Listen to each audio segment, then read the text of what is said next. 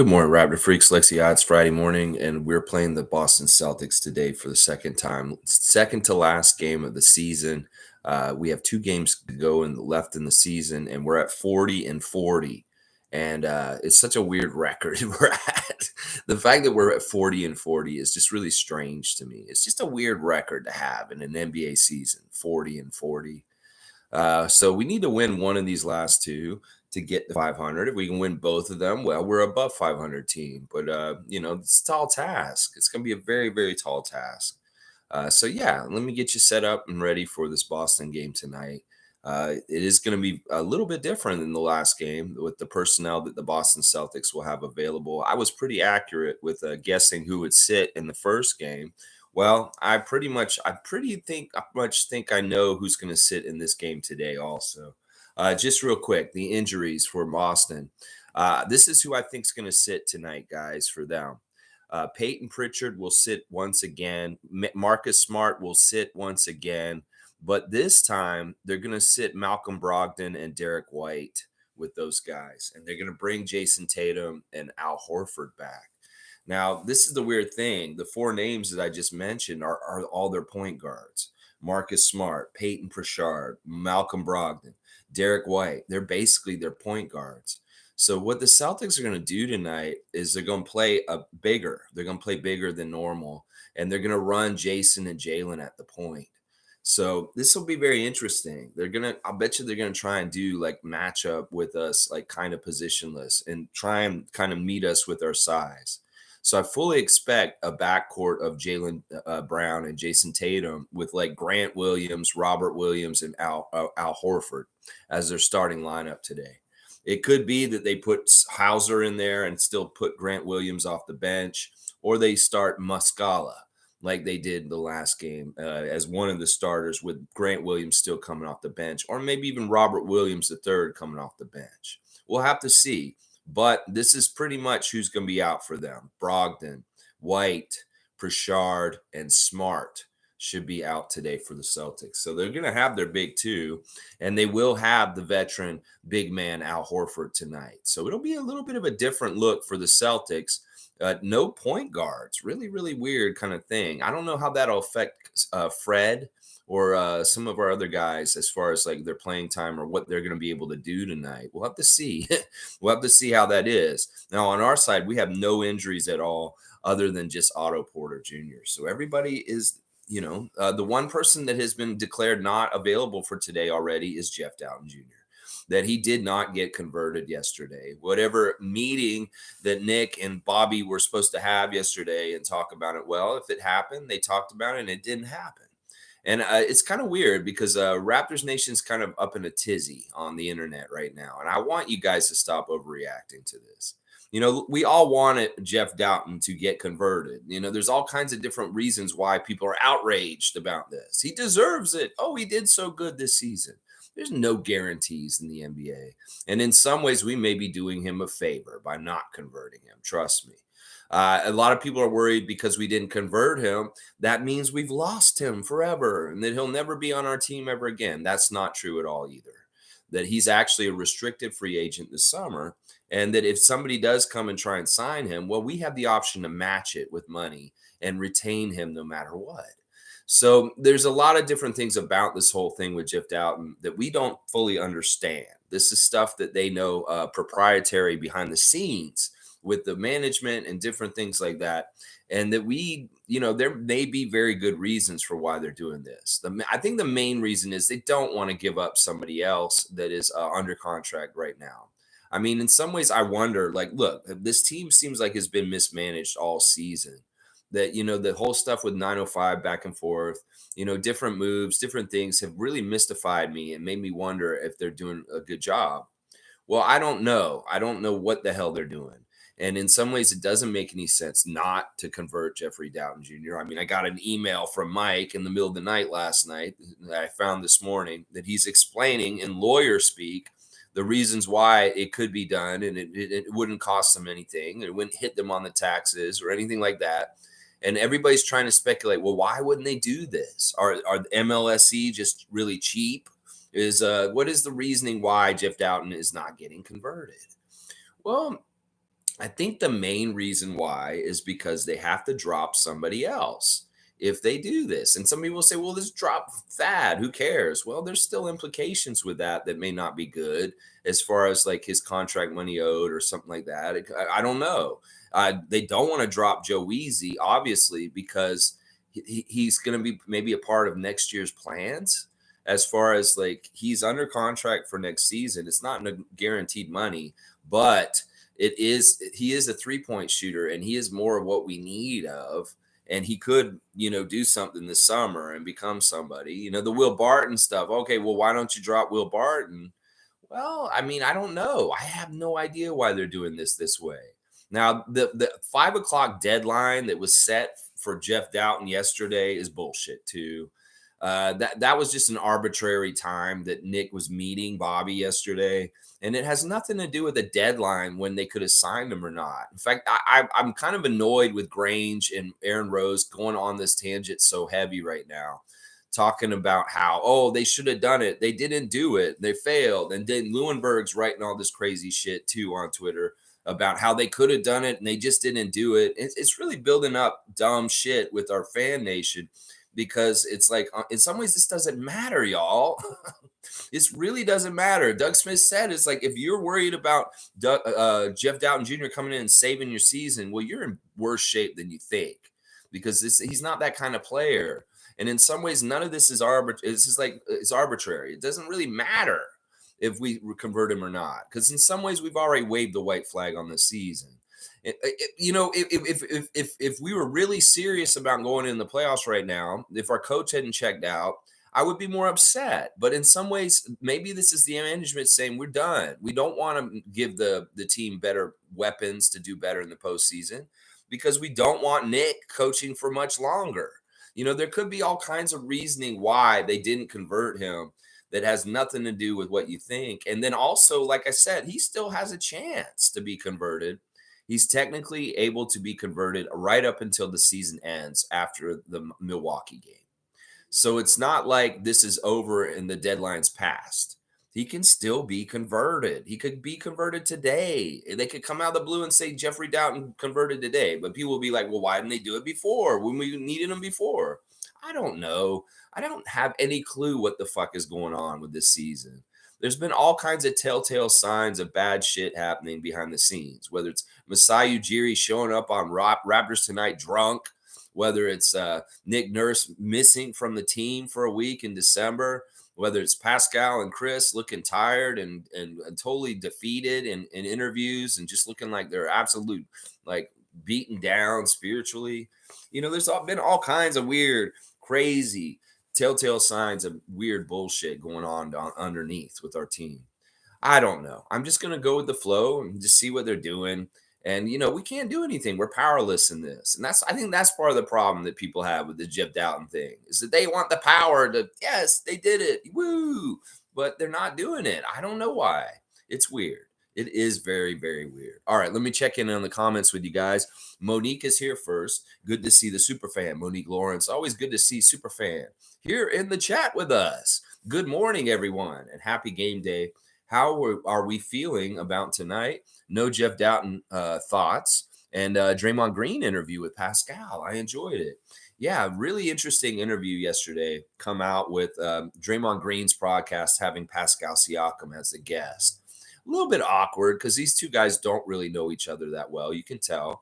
But Draymond showing pretty good respect towards Pascal. Did not a few little shots here and there as a Golden State Warrior and, things about that. But nothing as disrespectful as what he did to Fred when Fred was on that show with him. He didn't really disrespect our championship as much as he did with Fred, which was nice. But very fun interview. Very illuminating in some ways. In fact, it was actually just at the right time for me to see, because, I know it was a little harsh on Pascal yesterday on the stream. And, it was good to get that balance and see Pascal in that kind of way and telling his story to Draymond. And we really do have to realize, and this may be part of what the thing is that Siakam didn't start playing basketball till 16. That in some ways, when he played in the championship, as somebody put it on Twitter, this man had only been playing basketball for 7 years, and all of a sudden he's in the NBA Finals.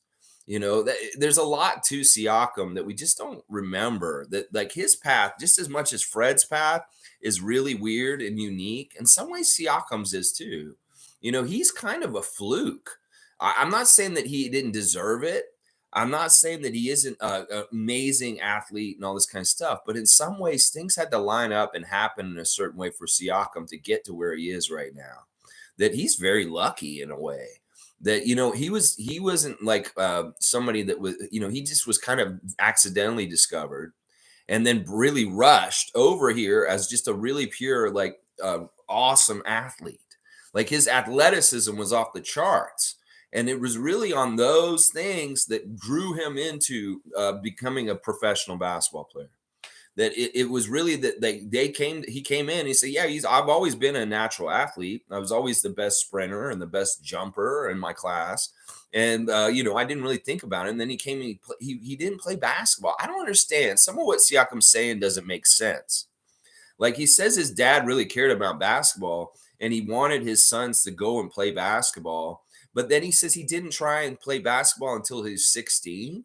Like that doesn't totally jive. Like it's not that I think you're a liar, Siakam. It's just that there's something that isn't right with the way you told that story. Because if your dad always valued, and if you had older brothers, like you're the younger brother, why did you start playing at 16 if you had older brothers that were already playing basketball and trying to get into Division One there? Like in some ways, that doesn't make any sense to me in the timeline. Because if you're younger, you should have started playing with your older brothers when they got into basketball earlier in life. Like for instance, Christian Siakam got into basketball at the age of 15 and started trying to play to get a Division One scholarship like all your brothers did. Well, why didn't you start playing at like the age of 11? That's the thing that's weird to me about the whole timeline. He's a younger brother of everybody else, but they all played basketball and went ahead of him. And then he just casually decided to start playing at 16. I don't get it. Something doesn't add up with all that. Now, the fact that he was like, yeah, I just came in and I just like doing things. And they were like, dude, you're good. We need to like get you going and towards this. And he's like, oh, okay. He really did kind of happen into his NBA career. And then when he came to America, and the whole story about him in New Mexico State is kind of like, it's a weird story like Scottie Pippen's. It's a weird story like Dennis Rodman's. I don't know if you guys know the stories about Dennis Rodman and Scottie Pippen. Basically, Dennis Rodman was the equipment manager on his college basketball team first. He wasn't even on the team. He was somebody who took care of the equipment for the team. And then they like said, you know what, you're pretty good, Dennis. We should try playing you real quick here for Southeastern Oklahoma State. And he's like, okay, yeah, I'll try it. And boom, he was like crazy talented, just a natural. He was a crazy athletic freak, an amazing basketball player in that way. Scottie Pippen, very similar kind of story. He didn't get touted and heralded as a young person. He was very much unknown, and he went to Central Arkansas as his college, and he was not known at all, and he was just such an athletic, gifted person that he just rose to the top, like cream rises to the top. And this is really kind of a similar thing for Siakam. Like the way that he got to New Mexico State is really kind of roundabout and by word of mouth and somebody knowing somebody. It's not that he was like recruited like crazy. And in some ways, that was his only shot to get onto a university team at that time, was to be there. Like, I know the coach of this team. You should go meet him. It's like, okay, yeah, I'll go meet him. And then boom, all of a sudden he's on that team. And that's how he got his foot in the door in college basketball. And then boom, that's how he got his foot in the door in the NBA draft. So in some ways, Siakam's path is really interesting because in some ways it wasn't like destined. It wasn't something that like he's not like the normal average NBA kid where you get up and breathe basketball from like a 4-year-old or 5-year-old age, and you really ingrain it in your life when you're young. He really came to it late. And in some ways, this is part of the reason why he just doesn't take, I don't know. It's not that he doesn't respect the game. It's just that in some ways he doesn't have the same relationship with the game as somebody like Fred would, is what I'm trying to say. I don't know. It was a very interesting interview. I applaud Draymond for doing a pretty good interview. I love these player to player interviews where they really kind of get into their own like thing, like where they're peers and they're really talking basketball, kind of like the CJ and Fred thing earlier this week. That I just like that interaction between NBA players that know what they're talking about, and they're kind of going back and forth. And Draymond was very respectful. I love that Draymond told him at the end of the show, he said, "You're a better player in the NBA than I am." He told Pascal that at the end of the interview. He said, "You're a better player than I am." And I was like, "You go, Draymond." He had one little flub that he said that was really telling to me that I didn't like. And if it's something weird in the water for this summer, then we have a tell already. Draymond said when you were on the Raptors, and at one point, like, why would you say it that way, Draymond? He's never ever not been on the Raptors. Like, you literally said, and this may be a miscalculation, this may be some sort of weird Freudian slip, it may not be on purpose, it may be something weird, but you said when you were on the Raptors. Like, why the fuck would you say it that way, Draymond? I don't know. Maybe you guys know something that I don't know already, and something already in the works or something. I don't know what the hell's going on. I mean, I know they film these interviews to be kind of timeless, not like my streams that are very much, this is good for today. It is disposable.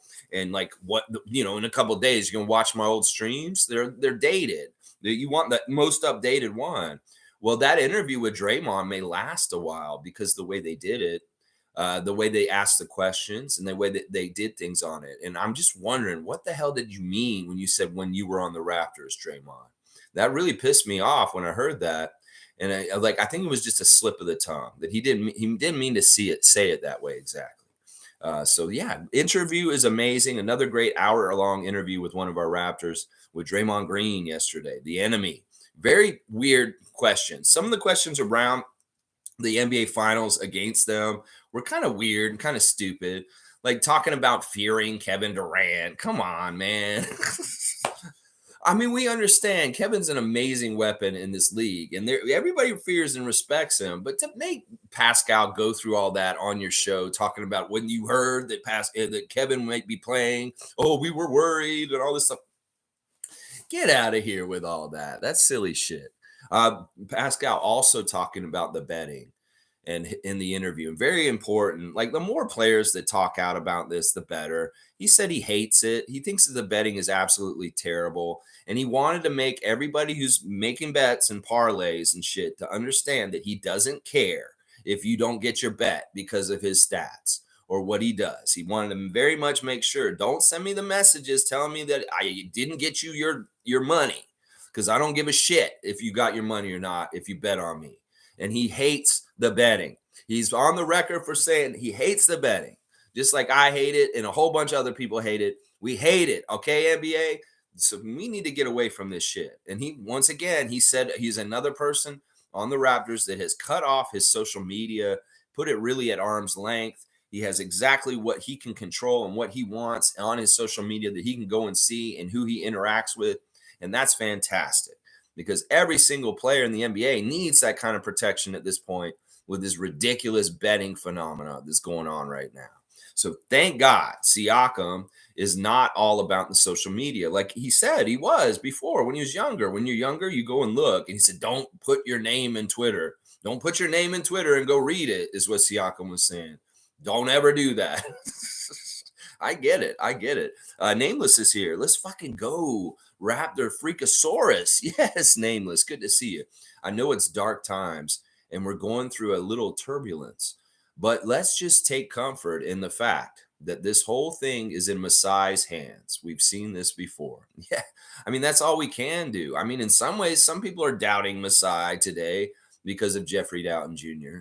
Some people are wondering, what the fuck? In some ways, I really get this argument. This makes a lot of sense. This guy, Jeffrey, he's on our team. He does everything right. He kicks so much ass for the 905. He does such good things on the main roster. Well, people have this idea of what's just in the world is that you get what you earn. You reward the person that worked hard. And if you say, well, if you do really good this season, we will give you a conversion and give you a full contract. Usually people want to see people get rewarded for doing a good job. And I think that's part of the outrage here, is that people really do feel like Jeff Dowtin deserves to be converted. Well, what does it matter in some ways? I mean, in some ways, I don't know. Is it a big, huge payday? I don't think it is. Is it the status of it? I don't know. I mean, Jeffrey probably knows more about the whole situation and why it isn't or is maybe going to happen still than anybody else. It could be some weird timing with the money at a certain time or percentage. Mike's talking about rest of season payments, meaning percentage of how long the season's left. It could be that they're being really cheap and stingy, and they're going to wait until the games in the regular season are done. So they don't have to pay them the money for those games, but they will pay him and convert him, and he'll still be available for the play-in. This shit is still possible. That's part of the problem I have with these overreactions to Jeff Dowtin is this shit is not over. Everybody's freaking out as of yesterday that he can't be. They didn't re-sign him. They're upset but they haven't made this decision exactly yet. You guys got to be patient. It's weird. It's a weird situation. Sure, everybody says, "Oh, it just makes sense. Just do it." But maybe it really doesn't make sense in the GM room, in the room where they know all the rules and they know what all it will take. Maybe it doesn't make sense. So, we don't know that. We don't do that job. We don't know exactly what it all would take. Sure, it looks from the outside like, yeah, this guy deserves to be converted, but we don't know what all it would take. And that's the weird thing. G saying Pascal with the Draymond interview. Yeah, that was out of the blue and a nice little surprise. Pascal was great on it. He really came off really well. He really is an amazing talent. Seriously, like he is just an athletic talent. And he's just such a cool dude and just a great dude in a lot of ways. And like he said, his priorities, his family is his priority. And he talked about growing up in Cameroon and his dad really helping and like his family is well to do. They were okay over there. And his dad really wanted him to, like, all of his sons to get into basketball. And it was really important to him, but also it was important to finish school and things like that. So many interesting things learned about Siakam yesterday. So a lot of it I already knew, but some of it was just cool to hear again, and also from his voice. Sometimes we hear the stories about him from the articles and the reporters, but not actually him telling his actual story. So that was pretty cool. Highly recommend Draymond Green's interview with Pascal Siakam. All right, Mike is here. Logical Raptors Fanatic is saying, salute the real ones, Project Truth always. Hope you got the info, Lex. I sent the answer to the Dowtin confusion, both conversion and the 50-game thing I read first. Yeah, Mike, I got your email here, and I'm looking at it. But what do you want me to look at exactly? I mean, I've seen stuff like this before. And I mean, I kind of know the rules, but where is it like where what do you want me to know exactly about what you sent me? Because I'm looking at it and it's there's some stuff that I feel like I've read before about two ways and understanding them, and some stuff that I don't know exactly where, like you're talking about rest of season payment and stuff like that. I don't know, Mike. You let me know what you want me to look at with those things you sent me. G saying, sounds like they didn't want to waive Barton, Thad, or Wheezy. Yeah, I think that's the main thing. I don't know what with that. Is he under contract for next year? Even though I know we're not playing him right now, I don't know. In some ways, we need to stop reading into it too much and just let things be the way they are and just do what we're going to do. In some ways, I don't really want to get through the play-in. I know that's totally anti kind of like being a Raptor freak. But in some ways, I kind of do want like us to just kind of go out for the season, just real quietly and just be like, because in some way, I don't want to be embarrassed. I don't want to feel like, oh my gosh, I don't want to be tortured. I don't want them to get my hopes up and then be like crushed because of some sad bullshit that makes us lose. In some ways, I'd rather just like, okay, I know we're going to probably lose and that's it. Like in some ways, can Dr. DeRozan come and give us the lethal injection? Seriously, in some ways, this is something we got to worry about. We're going to have a play-in on our home court against the Chicago Bulls with DeMar DeRozan on the other side in our building in a situation like a single game elimination. Talk about a revenge game. Talk about something that DeMar could do for the Kawhi trade in a very singular way. So Dr. DeRozan, maybe you could be Dr. Kevorkian this season and just put us out of our misery. Seriously, in some ways, I wouldn't be upset about that. If we're going to lose to somebody, I'd love it to be DeMar. But if we beat them, okay, we get to the next round. And let's say that Atlanta actually beats the Miami Heat. Well, then we play in another play-in game against Kyle, and we play them down in Miami this time. And, well, you think we're going to win against the veteran guile of Kyle Lowry, Jimmy Butler, Bam Adebayo, and that crew, and the way they played last night was amazing against Philadelphia. First of all, they kicked so much butt against that Philadelphia 76ers team last night. They won a game that they had no business winning, and they wanted to. They were very direct with it. That's what we needed to do against the Celtics on Wednesday night. Well, the Heat did it to the Sixers last night. And that's what I'm saying. If it's a one and done, a dangerous game, you think that we have the guts and the tenacity and the way that we've been playing and the wherewithal, like if we show what we did in the last game against Boston, that we can beat Miami on their home court in a single elimination game with all those veterans trying and gunning and not wanting to lose, that's going to be a tall order. So this play-in is not going to be easy. It's not going to be easy at all. If we survive this play-in, hey, all right. In some ways, that's the victory because Dan for sure probably won't survive the first round. So I'm just trying to assess, what does success mean at this point for the Raptors? What does it mean? A one single play-in game with victory? Is that a success for our postseason at this point? And then lose the second one? I don't know. Is it win both of them and just get in the playoffs? Is that the level of success where we will be happy? I don't know. I mean, I'm throwing everything out the window. At certain points, I said, well, if we can get to the NBA Finals or the Eastern Finals, or we can get past the first round. These were different levels of success that we talked about in the beginning of the season that we would be happy with. Well, at this point, it's now like if we could win the play-in game, that may be enough success, or that may be the success that we get. We'll have to see. Oh, my gosh. Callie's saying, good morning. Just finding fan base really toxic right now. Hoping for a win tonight.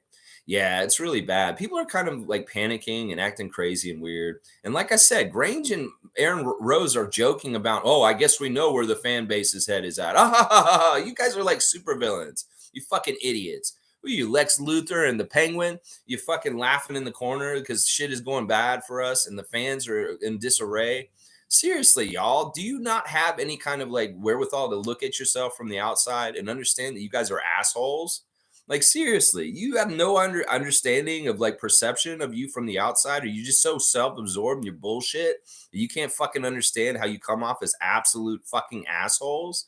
Aaron Rose and Michael Grange, seriously, you go read your Twitter shit without knowing, like, oh yeah, I think we know where the Raptors fans' heads are. Fuck you, you fucks, you fucking pieces of shit. Yeah, there's a lot of weirdness. I'm not going anywhere near Twitter right now. I don't even want to look on there. The only person I'll read on Twitter right now is Josh Lewenberg. And this is what he's saying. What did he say? Oh, no, I'm not even going to read what he says. He's talking about Jeff Dowtin mostly. And I've already talked about that. Logical saying that is still a great trade asset. We can get an $8 million guy and give that, then the other team waives him and only pays $1 million. Barton was the guy to waive in a sense. Barton showed something, so that's the thing. I mean, I don't know. In some ways, I would say just waive Barton. In some ways, but in some ways, I don't know. I just don't fucking know. Like maybe they do want Barton for next year too. That's the thing. These guys aren't getting cut because maybe they're valued to possibly be on a roster for next year. And if we cut one of them, well, they're cut. They're cut and bait and gone. We don't have any rights to them. And that's the difference. In some ways, we can do this and keep rights on a whole bunch of guys, including Jeffrey, even if we don't convert him. And I don't know. Maybe this was always the plan that they never, like maybe there was a thing at the beginning of the season saying, all right, these guys are going to be two ways, but we can't really convert them in two way like the whole season. I don't know. I'm just trying to figure it out. Maybe we'll find out more as time goes on and we'll understand more why management did not convert Jeff Dowtin already. We'll have to see if they do it still. Nako's saying, I think I've only ever heard Draymond speak well of Pascal. Well, that's interesting. Yeah, well, that's interesting. I mean, that's good, of course.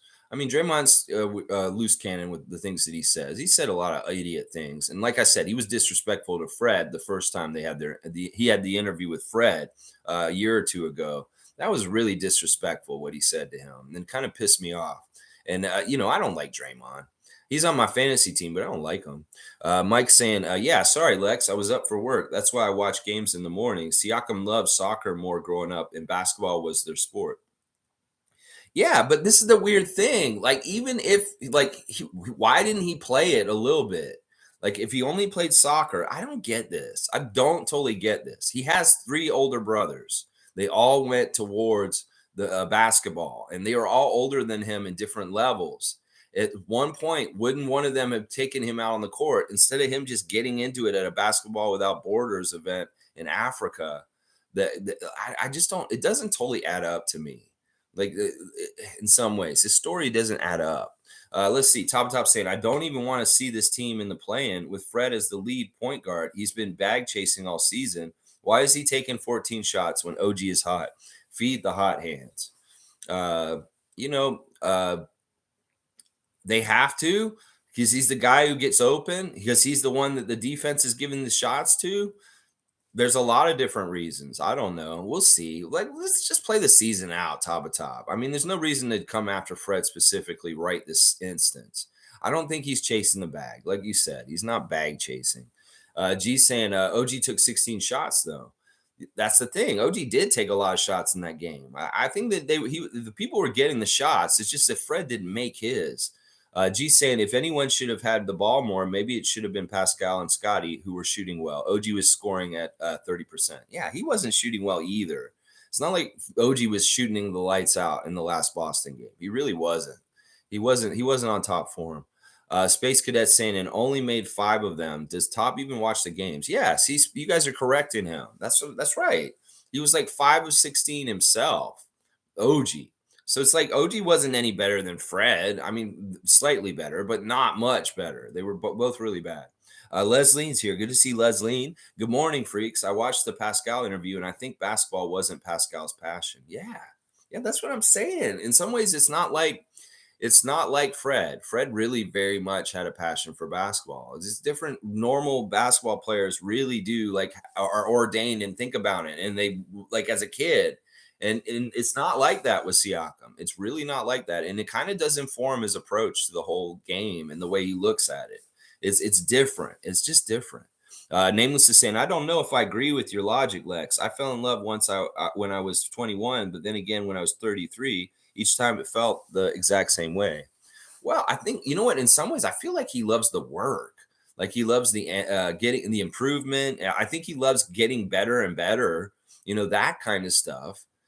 Because that's really kind of his bread and butter, is like getting improved fast, really, really quick, and showing really good hard work and tenacity, like dedicated discipline.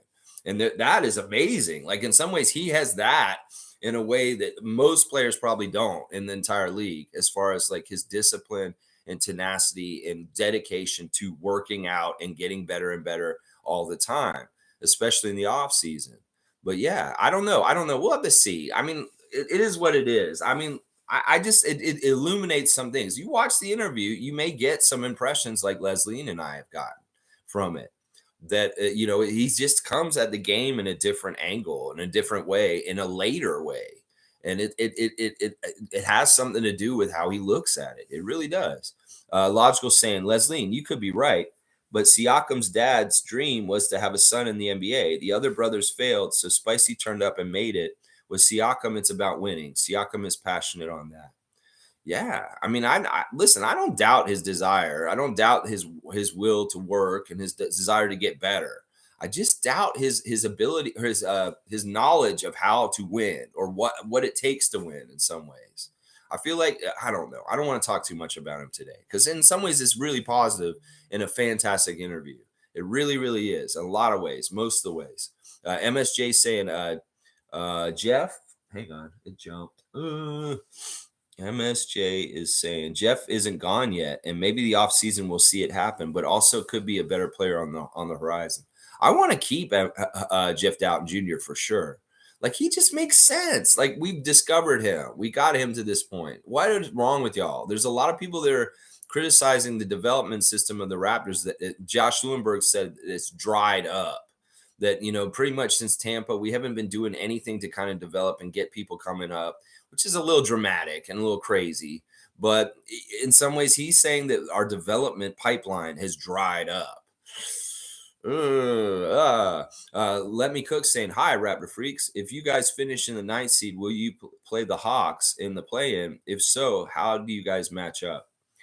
We get the 9th seed. We play the Bulls, actually. We're in the lower part. We'll have a home court advantage, and it'll be against the Bulls. And that's pretty much what it looks like is going to happen. Everything's kind of, the dust is settling, and it's going to be really hard for us to overcome Atlanta because they have a tiebreaker against us. So we won't play Atlanta in the first play-in. We'll play the Bulls, and we'll play them here in Scotiabank Arena. And it'll be interesting to see what happens there. If they lose to Miami and Miami gets that seed against the Boston Celtics in the first round, then we would play the Hawks then. And that would be in Atlanta, Toronto versus Atlanta. And the winner of that would get to play the Milwaukee Bucks. Now, that means we have to win 2 games, and we lose either one of them, we're out. And that's just how it is when you sit where we sit in the play-in. It's just how it is. Seymour saying, in my opinion, sounds like you all have jumped ship. Well, more room for me. I will go down with the Titanic. We the North. Raps for life. I haven't jumped ship, Seymour. I'm here. It's 9:30 in the morning, and I am on the YouTube doing my preview. If I'm here every morning, that means I'm still dedicated. That means I'm still watching. That means I'm still paying attention. It's just in some ways I understand that, we're not long for this playoff world in 2023. We just aren't, Seymour. I wish I could tell you that, yeah, there is a way. There is still a way. There's still a chance. But how realistic is it at this point? And with what's happening with us? And unfortunately, we weren't the first people to jump ship. It was our coach last week in an interview that he started jumping ship then. But no, I'm still here, man. You go ahead and take the whole sun deck, though. You can have the whole sun deck. I'll still be up in the map room trying to figure something out for the course of this ship. But yeah, you can go ahead and have the whole front deck. How about that, Seymour? G saying, Cook, think we are playing the Bulls. Yep. I was telling him that. We're going to be playing the Bulls first. Top saying, Siakam wasn't confident when asked in a recent interview about our playoff chances. He was stumbling and said he would like to win a couple of rounds. No talk of a chip. He sounded very unsure. I don't remember that interview or that part. Was it in the Draymond interview? I don't think it was. It was in some other interview. Yeah, I don't remember this interview exactly. I mean, I don't know. I won't comment on it because I don't remember it. It may very well have happened, but I don't remember him saying, like, being like that or acting like that. In some ways, he's a very kind of like fumbly kind of guy. Just in general. Like, the one thing about Siakam that's interesting in interviews is he runs on answers. You give him like one question, and he will answer it like 5 times over every which way and come back and this way, and then he'll answer it some more. So it's like you got to give him a good minute or so to answer the question fully because he will answer it. Boy, Willie, he will go on and on. Let's see. G is saying, Pape here until the end. The future is bright. They are very young. Some roster tweaking and experience. We're good. Yeah, see, Tom, G is still with us. We're still here. We'll do roll call. We'll see who's still on the boat with us. I mean, in some ways, listen, I'm just being realistic, Seymour. I got to be as realistic as I can. I know that I wish I could lie to y'all and tell you everything's going to be all right. We're going to kick so much ass this playoff, but I can't. I don't want to lie to you. I want to be honest with y'all. I want to be straight up. That's an important part of this channel is trying to be like as truthful and honest about what's going on with the Raptors and staying positive still. Tom's here. Good to see Tom. We missed you yesterday, Tom. I know you probably very much needed a day off, and you can always take time off if you need to because you're such a dedicated person with this channel and what you do. I appreciate you no matter what, Tom. And your absence was felt yesterday. I'm not gonna lie. Let's see. Tom's saying we still have a chance. We have a chance. T-shirts. He wants the T-shirts made. I still want one, Seymour. We need to get these shirts and put some Raptors something on there so it's connected to the Raptors. It must not make sense to convert Dowtin, or they have other plans for correcting that point guard role. Let's go. 42-40. I love it, Tom. Very, very optimistic, very, very happy thing to think about, a 42-40 record. Wow, if we could beat the top 2 teams in the Eastern Conference to go out, woo! Milwaukee's signaling that they are benching guys to close out the season since they've won the first seed and they will be the top dog in the Eastern Conference this season. That they are benching dudes and they're not as worried about winning games. So maybe on Sunday we get a lighter Bucks opponent and an easier game. But tonight is not going to happen that way. We do get the best Celtics in some ways. Once again, I'll go over their injury report because this does really matter. They're going to be sitting all their point guards tonight. Peyton Pritchard, Marcus Smart, Malcolm Brogdon, Derek White, all out for the Celtics tonight. And that means they're going to be playing Brown and Tatum in the point guard roles tonight. So they're going to be playing a bigger lineup with no point guards out there. That's the Celtics tonight. Al Horford returning, Jason Tatum returning and playing tonight's game, even though they didn't play against us on Wednesday. So you tell me, you think it's going to be harder to win tonight than on Wednesday because they got Al Horford and Jason Tatum back? Yeah, it is going to be a little bit harder tonight. Well, Raptors, and maybe if you feel bad about how you lost to the Celtics on Wednesday, maybe you're pissed off, you'll come out and fucking kick a better Celtics team's ass tonight instead. I would love that. Have some pride. Don't get swept by the Boston Celtics this season. Don't get swept. Now, let me tell you all the refs because they do matter. The referees do matter tonight. Tonight, we're getting David Guthrie again. We just had him. David Guthrie was the ref, I think, in Philadelphia last Friday night. He was our crew chief. We lost that game with David Guthrie. I believe he was the ref in that game. Or did we win the last game that David Guthrie ref? No, it was that Philadelphia game. Is the last game he refed. He's from Athens, Georgia. He lives in Charlotte, North Carolina now. His favorite TV show is The West Wing. He likes The Shawshank Redemption. His favorite musician is The Eagles with Glenn Frey and Don Henley. His favorite book is The Match. His favorite app is PGA Tour. He likes hitting the fungos. That's right. He's a baseball guy. He loves hitting baseballs. And he's a baseball dude. He played minor league baseball for the Reds. So he actually has some skills. His favorite meal is steak, whipped potatoes, and broccoli. Like I said, we just saw David Guthrie, and we lost that game against Philadelphia when he was the crew chief there. We win 51% of the time, and the Celtics win 55% of the time. We did lose the last game that he refed. He is the worst ref for us today, though. But he does favor the Celtics 51-55. That is the split on David Guthrie, crew chief tonight for our game. The second ref will be Brandon Adair. We missed Brandon Adair the last time he was supposed to ref us. He had a sick excuse, and they brought in Brandon Schwab instead from G League, and he refereed instead. It was a really bad trade. So we're getting the good Brandon tonight, hopefully. He's in his 5th season. He's actually one of the best young refs because he got the ref at the All-Star weekend for the Celebrity Game, and that's a symbol that he is an up-and-coming good ref. He's from Norfolk, Virginia. His favorite TV show is The Fresh Prince of Bel-Air. He also likes The Pursuit of Happiness, so he's a big Will Smith fan. His favorite musician is Charlie Wilson. He likes the David Baldacci books. His favorite app is Tripcase. He'd most like to visit Rome, and his bucket list is skydive. This man wants some surf and turf. So we've got 2 steaks on the grill right now, one for David Guthrie and one for Brandon Adair, but he'd also like that lobster tail out there too. Brandon Adair was a standout basketball player at Princess Anne High School in Virginia Beach. Adair went on to play in college at Virginia Wesleyan and professionally for 2 seasons in Germany. So he was a professional basketball player that played in Germany for a few years. Now, Brandon Adair is one of the top 5 refs for us in the whole entire league. We win 73% of our games when he's available, and we won the last game that he refed. Meanwhile, the Celtics only win 54% of their games. So we have a 73-54 split with the second ref, Brandon Adair. That is a fantastic split. Like I said, he's one of our top 5 refs. And while this third ref is also a top 5 ref for us, we are getting Jason Goldenberg also tonight, guys. So we got Adair and Goldenberg. Goldenberg is from Atlanta, Georgia. His favorite TV show is Curb Your Enthusiasm. His favorite movie is Tommy Boy with Chris Farley and whatchamacallit, and David Spade. That's such a good movie.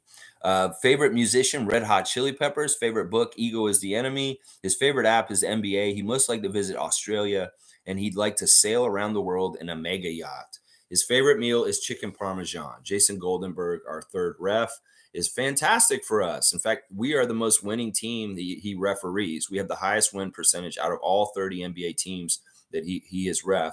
We win 78% of our games when Goldenberg is there. We did lose the last game that he was at.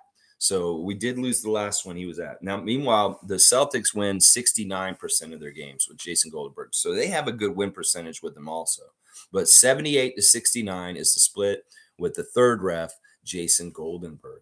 So two very friendly under refs, and David Guthrie's a little sus right now. In fact, we know that he did a lot of shady shit in that game against Philadelphia with a little bit of a ref hit job late in the fourth quarter where all the calls went in Philly's favor all of a sudden. And we started getting a lot of whistles called on us. It's not, they call it tight real quick and they start calling whistles on the Raptors all of a sudden on their end of the court, and everything goes on the other end of the court for the other team. So I'll be watching you, Guthrie, for that kind of stuff. But at least the two younger refs that are with him in Boston tonight are very friendly to the Raptors. So hopefully we get a good game and we get a good chance. Now, a lot of what happens with the Celtics tonight is going to depend on our effort and how we approach this game and how we come into it and whether we play at a high level. We really rise to the occasion and meet the challenge of playing the Celtics. In some ways, we did not do that on Wednesday. And that was part of the reason why I was so upset yesterday, is that in some ways, this Raptors team has shown a different level against a higher, better opponent. And we didn't do that on Wednesday. In some ways, I hated that so much. I would say that game on Wednesday, we could have won it if we had Kyle Lowry, who's still on this team. That if Kyle Lowry was on our roster on Wednesday night and played in that game, we would have won that game.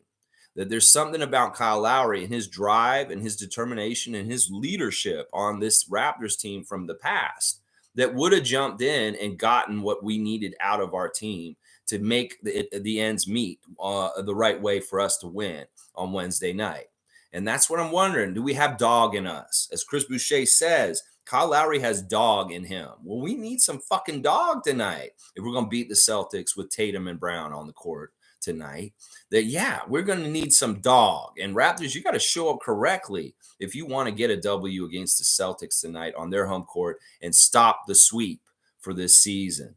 Seriously, it's really on y'all. Y'all got to come with the right energy. You got to come with the right attitude. You got to play perfect. You got to just outplay, out hustle, out Raptor, out rebound, out get every loose balls on the Celtics, because that's the only way you'll win. You can't win otherwise. You got to play absolutely perfect. We're going to have to see how it goes. We will have to see how it goes. All right, let's see. Let me keep reading. MSJ is saying we can beat the Bulls, but I truly hope I don't see a 2-12 from 3 stat line from a Raptor. I do think OG can handle DeMar. Miami scares me, though. They are disciplined and have Jimmy on their side. Yeah. It's a tough gauntlet. Like, in some ways, the whole playoffs for us really is kind of the play-in. And, you know, if we can get beyond and get into the real playoffs, that's great. But in some ways, getting through this play-in is going to be a huge test. And it may be a huge accomplishment if we do actually make it through. So we'll have to see. I mean, I think we can beat the Bulls also, especially on our home court. We need to. We have beat the Bulls this year. We've done very well against them. So we need to continue to take care of business. But is our team serious enough? Or is our team dialed in enough? Do they take this season seriously enough right now to show up and meet them for the energy that they're going to have? Will they be experienced enough to know what energy they're going to need to have to come into a play-in, a one and done? If you lose, you're done for the season, cutthroat kind of game like that. You know, those guys on the other side, they know about it better. DeMar and Vucevic and people like that on the other side, they know about this a little bit better than our team in some ways. So we'll have to see that how seriously they take it, because this is a whole different kind of thing than a playoff series where there's 7 games. This is a one and done. And if you just have a dud game, or if you have like some sort of period where you don't score for like 5-6 minutes in the second quarter, and the other team outscores you by 15-20 in that quarter because you have a shitty second quarter, yeah, there's no mulligan. There's no other chances after that. You fuck up, then you fuck up. You're done. And that's the thing that I don't trust about the Raptors right now, is that they can't consistently show that, and when they purposefully are really trying to play super, super good, that they can consistently do that. That there's a period of time always where they fuck up and they're just not good defensively, or they go absolutely cold on offense. In these kind of games that are one and done, you can't afford to have any of that kind of shit happening. And they have a pattern of showing that kind of stuff happening. So that's part of the reason why I'm worried about them in these kind of one and done elimination games, is that, they have the ability to really stink it up and try and make it up later. Well, you can't fucking do that kind of shit in these kind of games, Raptors. You have to play perfect the whole game and not have any period of time where you're not doing as well as you should be doing. So we're gonna have to see. Let's see. Fiercey saying, "Good morning, family. Let's stay positive and trust the front office." Yes, I love that attitude. That's exactly right. I'm not mad at Masai or Bobby about Jeff Dowtin, like a lot of people are right now. I think that's ridiculous. We're already mad at the coach. Let's just stay mad at him. And in some ways, he incited more anger towards the front office because of him saying that they were going to meet and talk about it, and he's leaving it open. I like him. I'd like to keep him. Well, people are going to listen to you and they're going to believe. And then, in some ways, Nick, you're throwing gas on the fire. So yeah, just let's just shelve this Jeff Dowtin thing. Nothing's wrong with what happened. It is what it is. Just leave it alone. Forget about it. Is what I'm saying to Raptors fans today.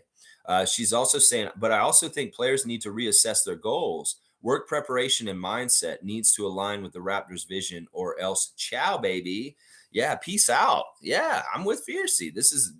There's nothing unreasonable about that. They're professionals.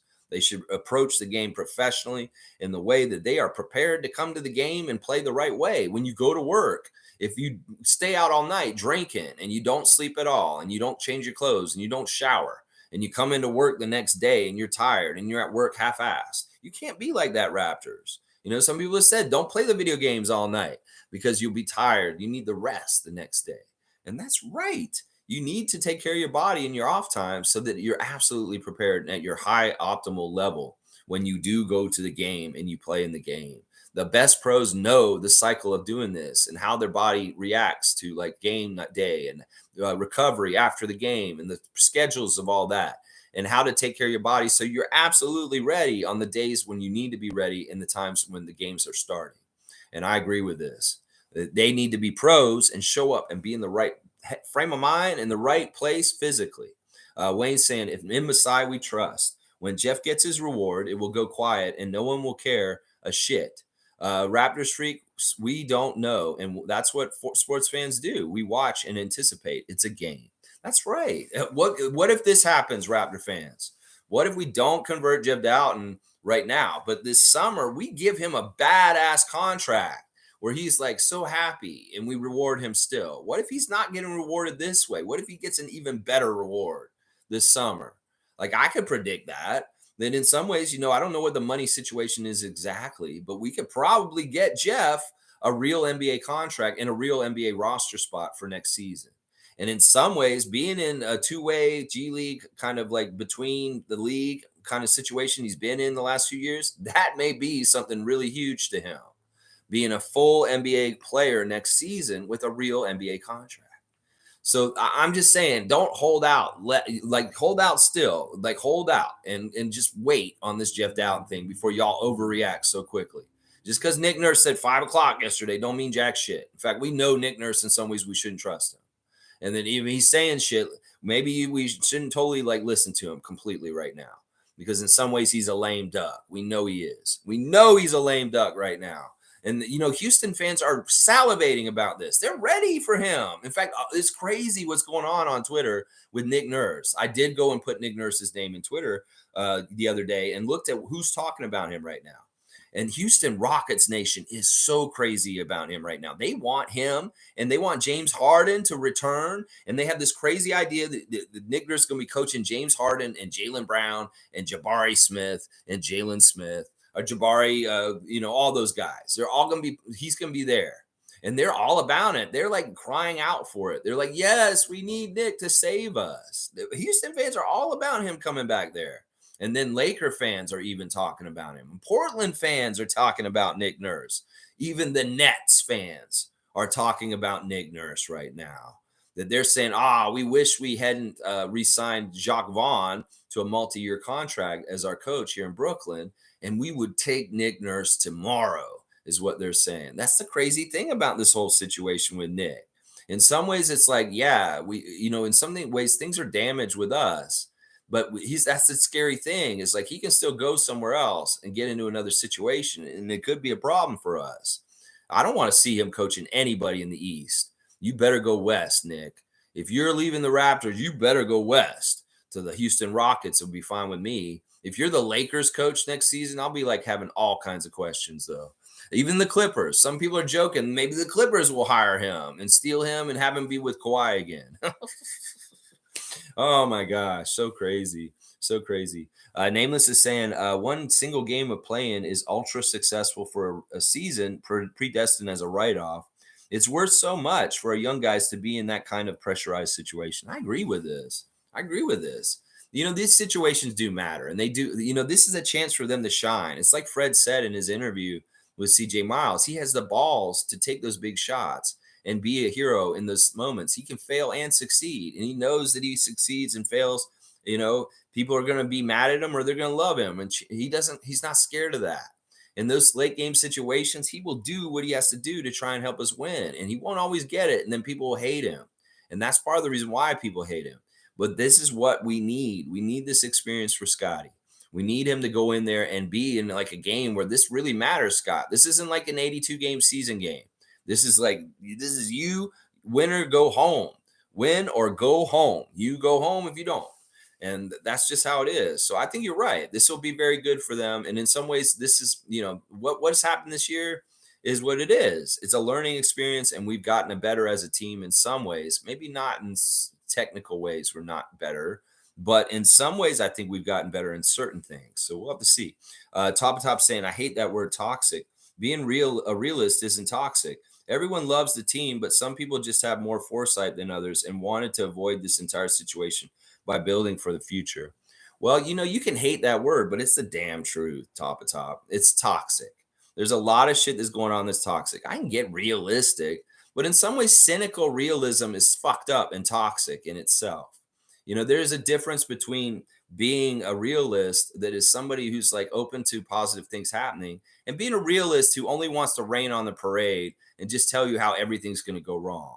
And that is toxic. Seriously, you don't need somebody sitting next to you telling you that, why even bother? You're not going to do this. And that's a lot of the shit that's in Raptors Nation that I don't agree with.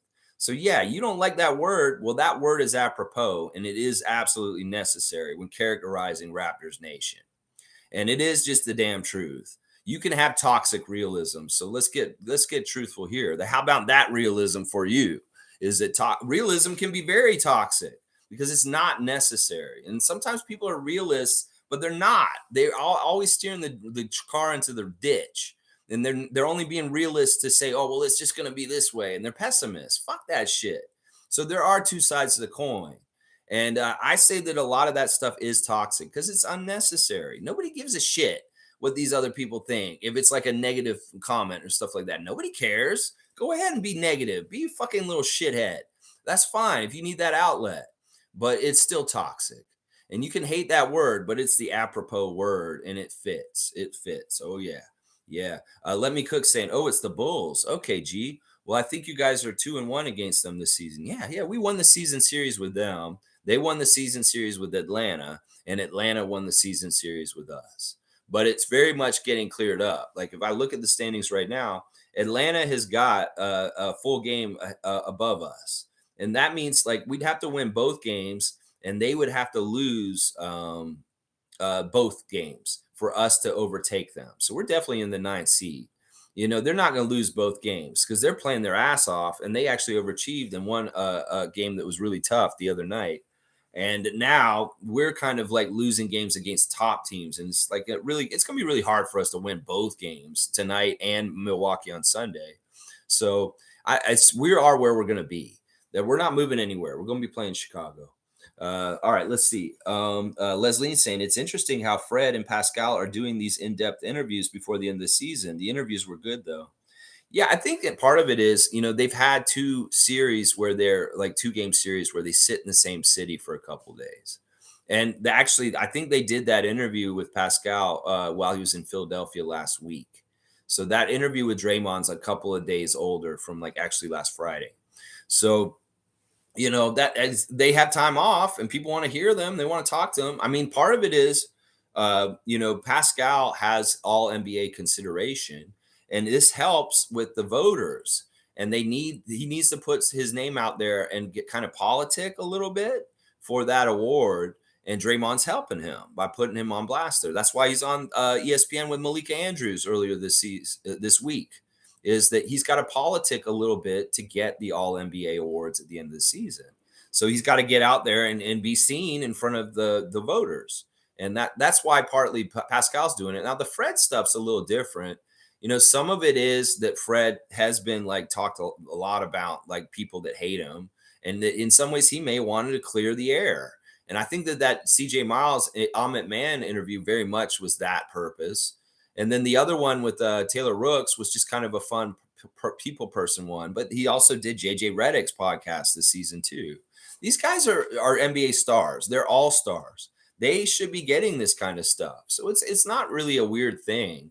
The top players and people that are all stars and have franchise records for their team, they do get interviewed like this. And they're just getting their fair share is really what it seems like. Smooth's here. Good to see Smooth Brown, man. This team will be okay. This season was a learning experience. The front office will make the moves to get us where we need to go. Nick Nurse showed them who he is. It's their move now. Yeah. I wish we could save this relationship with Nick. I don't know if we can. I really don't. Because part of the problem is when he signals things publicly, I mean, sure, the problems can be underneath and you can deal with them internally. But once you signal them publicly, then you get the public opinion. You get people like me. You get people at other places saying, yeah, we're just sick of you. And in some ways, now you make it even worse because now, even if they do want to retain him and keep him around, there's going to be a certain percentage of the Raptors nation that doesn't trust or like Nick more because of what just happened. That's why I think what he did was so dumb, is because he had really good positive support for the most part across Raptors nation. And now anybody who's kind of like, yeah, I hate this season, I'm pissed off about it. Well, we have a scapegoat. And now everybody who may have liked Nick a couple weeks ago is turned on him. And that's the problem, Nick. You fucking started making a division. As Josh Lewinberg or Oren Weisfeld said in his article, you made a soft launch on your departure, a soft launch ahead. You're not doing the grand opening of a restaurant. You're doing the soft launch, like just in a little quick, like, oh yeah, you're doing a preview of what's to come and what you did in that interview. And that's why this is all fucked up and messed up. I can't believe you did that shit. This is like going to be historically one of the worst fucking mistakes ever in the history of the Raptors, like by a coach, what you did last Friday. Seriously, it's going to look like that in the history books. When we get years from now, we're going to be, oh yeah, and you remember when Nick fucked up our end of our season with this fucking dumbass press conference? Yeah, people will talk about this in like 5-10 years. Watch. And they'll be like, wow, that was why we had to get rid of him. And then that's how it all went. And then we got way better and we won our next championship. All right, let's keep going. Mike is saying the one screenshot is like an official CBA thing, no context or conversation. G Leaguer, regular season for the period of the 45 games restriction, and the other is lawyers give the right answer to Dowtin. The thing with him is, this is the thing that I hate, is like he was eligible for 50 games this season, but he only played 25. And everybody's like, wait, but he only played 25 for the Raptors. Why is he done if he could get 50? Well, he counts every single one that Nick had him on the bench, dressed to play, but didn't actually play. Every DMP CD that Jeff got counted towards that 50. So in some ways, I'm pissed at Nick for not putting Jeff in more this season when he had him dressed and getting more out of his 50 games that he was eligible to play. So that's something about this whole thing that kind of pisses me off. In some ways, G saying there's a difference between being critical and toxic. Toxic is hounding, slandering, even making up narratives, etc. And yes, that is toxic. Yeah, there's all kinds of different kinds of toxic you can be, other than just being like ugly with bad words and like name calling and just kind of being a jerk. There's all kinds of different ways. You can be toxic, sarcastic. There's a lot of people on Raptors Twitter that think they're funny through sarcasm.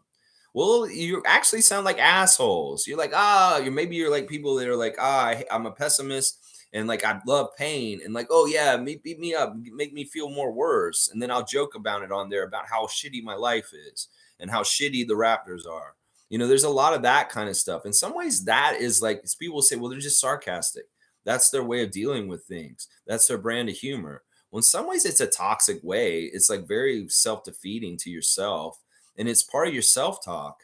If you're a sarcastic person, you're kind of like putting yourself down in a sarcastic way all the time. That's not good. That's not healthy. That is toxic. You got to really pay attention to your self-talk and see if it is toxic. Trevor's saying, good morning. We got this one tonight. We're going to win this game and we're going to make some noise. I love this. Trevor's coming in. He's got the baton of positivity running into the Raptor Freak stream and saying, we got this, y'all. That's actually, I have a weird sense that we do too. For some reason, we'll lose the easier game and we'll win the harder game, which is going to be tonight. If we win the one tonight, hey, I'm all about this. I love this so much. Let's win tonight, Raptors. Yes, that'll make me feel so good if you guys can beat the Celtics on their home court tonight and stop the sweep. Oh yeah. Yeah, we'll have a party tomorrow. In fact, I may even celebrate tomorrow if we win this game tonight, like we kind of won a championship. This may be kind of like that. Winning a playing game will be awesome too, but winning tonight actually in some ways will be a very small victory that we may need to celebrate on our way out. So Seymour saying at G, check mark on what he's saying about toxic for sure. G saying give criticism and move on and offer solutions. Hounding players and their families nonstop is very wrong. Oh yeah. Oh yeah. And also telling people that are positive fans like us that we're idiots and that you're not looking at the real picture and that you're not realistic.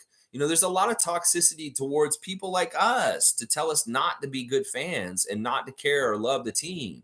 Like, why do you even like the team? They suck. There's a lot of that kind of bullshit with some of the people in Raptors Nation that consider themselves Raptors fans. Well, why the fuck do you want to rain on the parade of the positive fans that do love the team and tell them to stop loving the team so much? You're such a loser. Why do you love the Raptors so much? They're not good.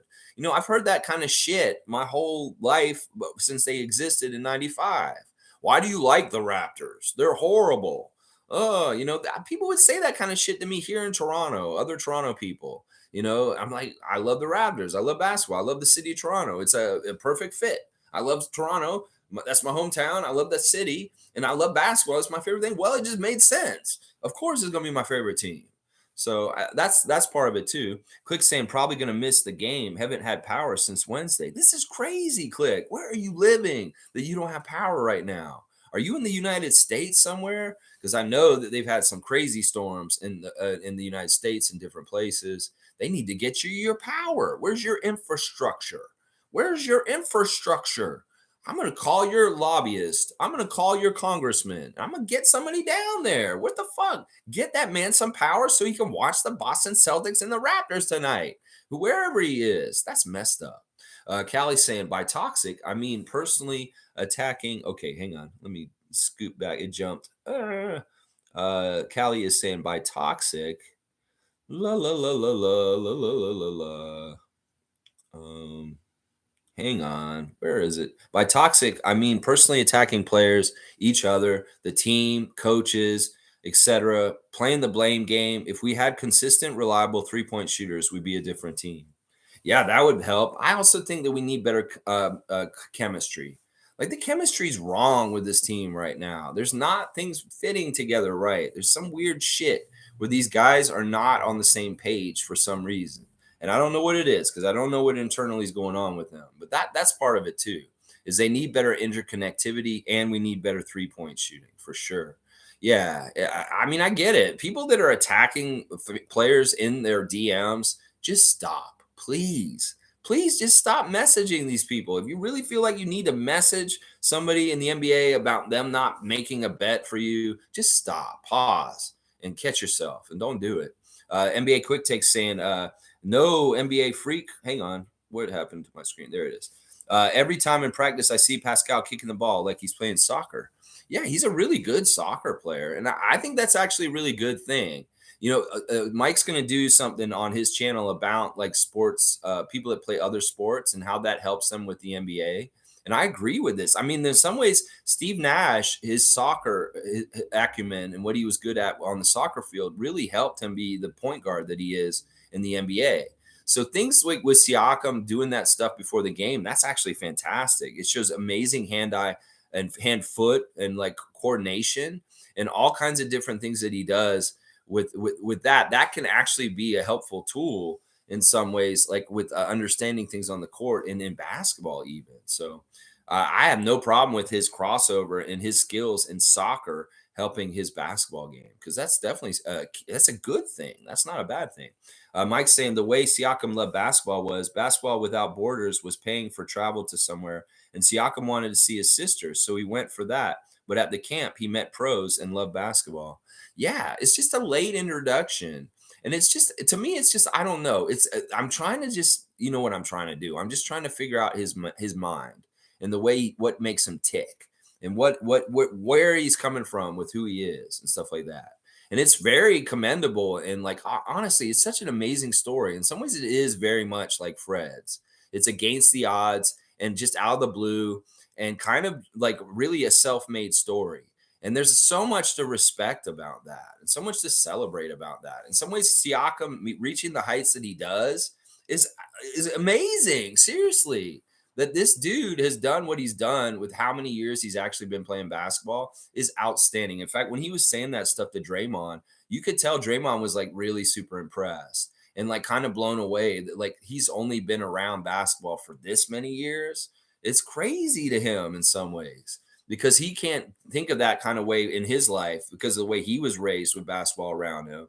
That it's like to him, it doesn't totally, like, I can't relate to that at all in some ways. Good morning to Raptor Freak crew from Cool Cat. Good to see you, Cat. Started at the beginning. Good idea. Celtics experimenting with different lineups. Hope we get to 42 wins. Me too. Media creating buzz. No, Masai wasn't drunk. Raptors Tonight. I saw it live. He was drunk. He was drunk. Cool Cat. He was drunk on Raptors Tonight that night. He was drunk. I swear. And I remember because I was like, why is Masai so depressed? Seriously, there was a point this year where Masai showed up on Raptors Tonight and he was inebriated. We could tell he was a little tipsy. And I was like, why is he? I mean, he could have been celebrating. But to me, it was either like, and as an alcoholic, I pay attention to this kind of shit. Like if you're that drunk, you're either celebrating because you're happy or you're depressed. You would drink that much because you're sad. And he was drinking that night. He was definitely had some. If you want to quibble whether he was drunk or he was tipsy or whatever, he definitely had alcohol in his system. I mean, he just did. He did. That's for sure. Now, if you don't want to say that, oh, he wasn't drunk, he was just tipsy. Okay, I'll give him that. He was a little tipsy. That's fine. I wanted him to eat that damn food is what I wanted. I was like, Masai, you better put something in your stomach, bro. You look like you're a little, a teetery. Yeah, put some of that pizza in there and soak up some of that alcohol. Let's see. G saying soccer is the popular sport in Africa. All the kids play. We can't really compare to here. Don't even think courts were as accessible. Your environment can shape your passion too. That's all very fair. I love the stuff that the last question blew me away from Draymond. And this is so badass. And I love this idea for Siakam. And I think that he's totally going to do it. The whole idea about the BAL, the Basketball African League that's starting over there. It looks so good, so professional, and just such a cool idea of Siakam's. He said basically like Andrew Bogut was my teammate on the Warriors. Draymond said this. And he said he basically bought a stake in one of the teams in their league there, and he became an owner in their league. And he asked Siakam about this, and he was so enthusiastic and passionate. He's like, I would love to be an owner of a team in the BAL back home. And he said he'd even play in it, but he said it would be much later after his career. Like when he's older, he'd maybe play in the league then. And that totally makes sense. Like that's such a beautiful, fantastic, like after a career plan. You know, if he wants to live back in Cameroon, he doesn't want to stay in the States. He wants to go back and run and own one of their teams over there. That could be a really awesome thing for him as a second chapter in his life, as far as in management and really cool things. So that was really exciting when they started talking about that for me, because I could see the opportunities for Pascal and the amazing stuff that he could possibly do as far as like things over on that continent with, helping basketball and his part in it and him being a figurehead because of his career here and stuff like that. So I really love that part. And I think you should, Siakam, just go and do that, man, because it'll be so awesome for you to be on the ownership side.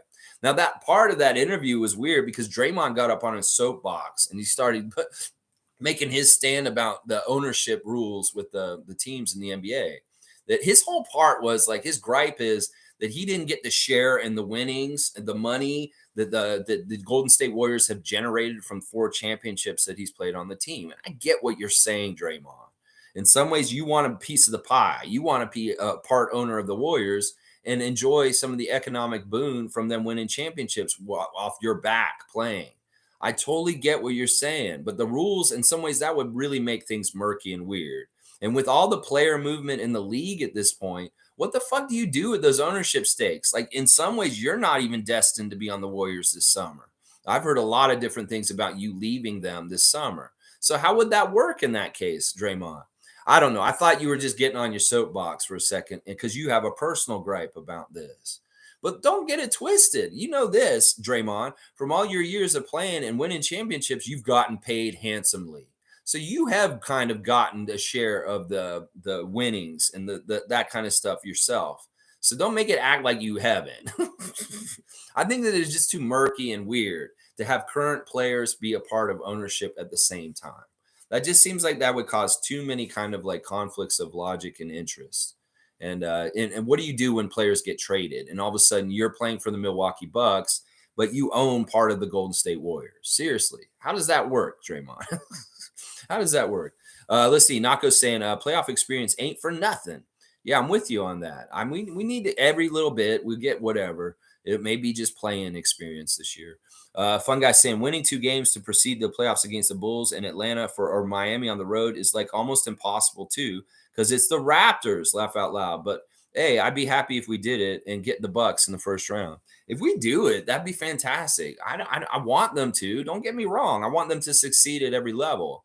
I'm just kind of like sussing it all out. And if it's be really weird if we have to beat DeMar and Kyle to get to the playoffs and we eliminate those 2 guys to get to the playoffs, that would be really weird poetry, like kind of really weird situation that these 2 greats that are probably going to be the first 2 jerseys that go up into the Raptors rafters for retired jerseys. We may be the 2 guys that we have to either eliminate or we lose to get into the playoffs. Mike saying, gee, facts. Basketball had a smaller following in Africa versus soccer. Yeah, for sure. I get all that. And that makes sense. But in some ways, like, I don't know. You can definitely tell he didn't gravitate towards basketball because he could have. It seems like he could have when he was younger in some ways. I just don't get the timeline. Why did you come to it so late if you have older brothers that were trying to get into Division I before you? Like that doesn't totally make sense to me in a Winders kind of way, logical way. Sheer Khan saying, good morning, Raptor Freak family. Time for some good vibes. Yes. Last road game of the season has been really tumultuous, but that's okay. Whatever happens, happens. We love our team anyway. Cheer no matter what comes. We the North. Yes, Sheer Khan.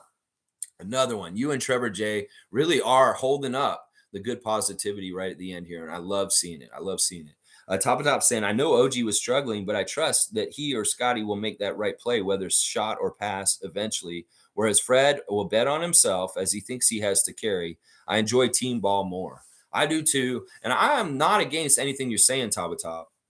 It's just that people don't understand why Fred is involved with the ball late in the game, late game situations often. And they want just to switch it. Well, that's not as simple as just being said like that.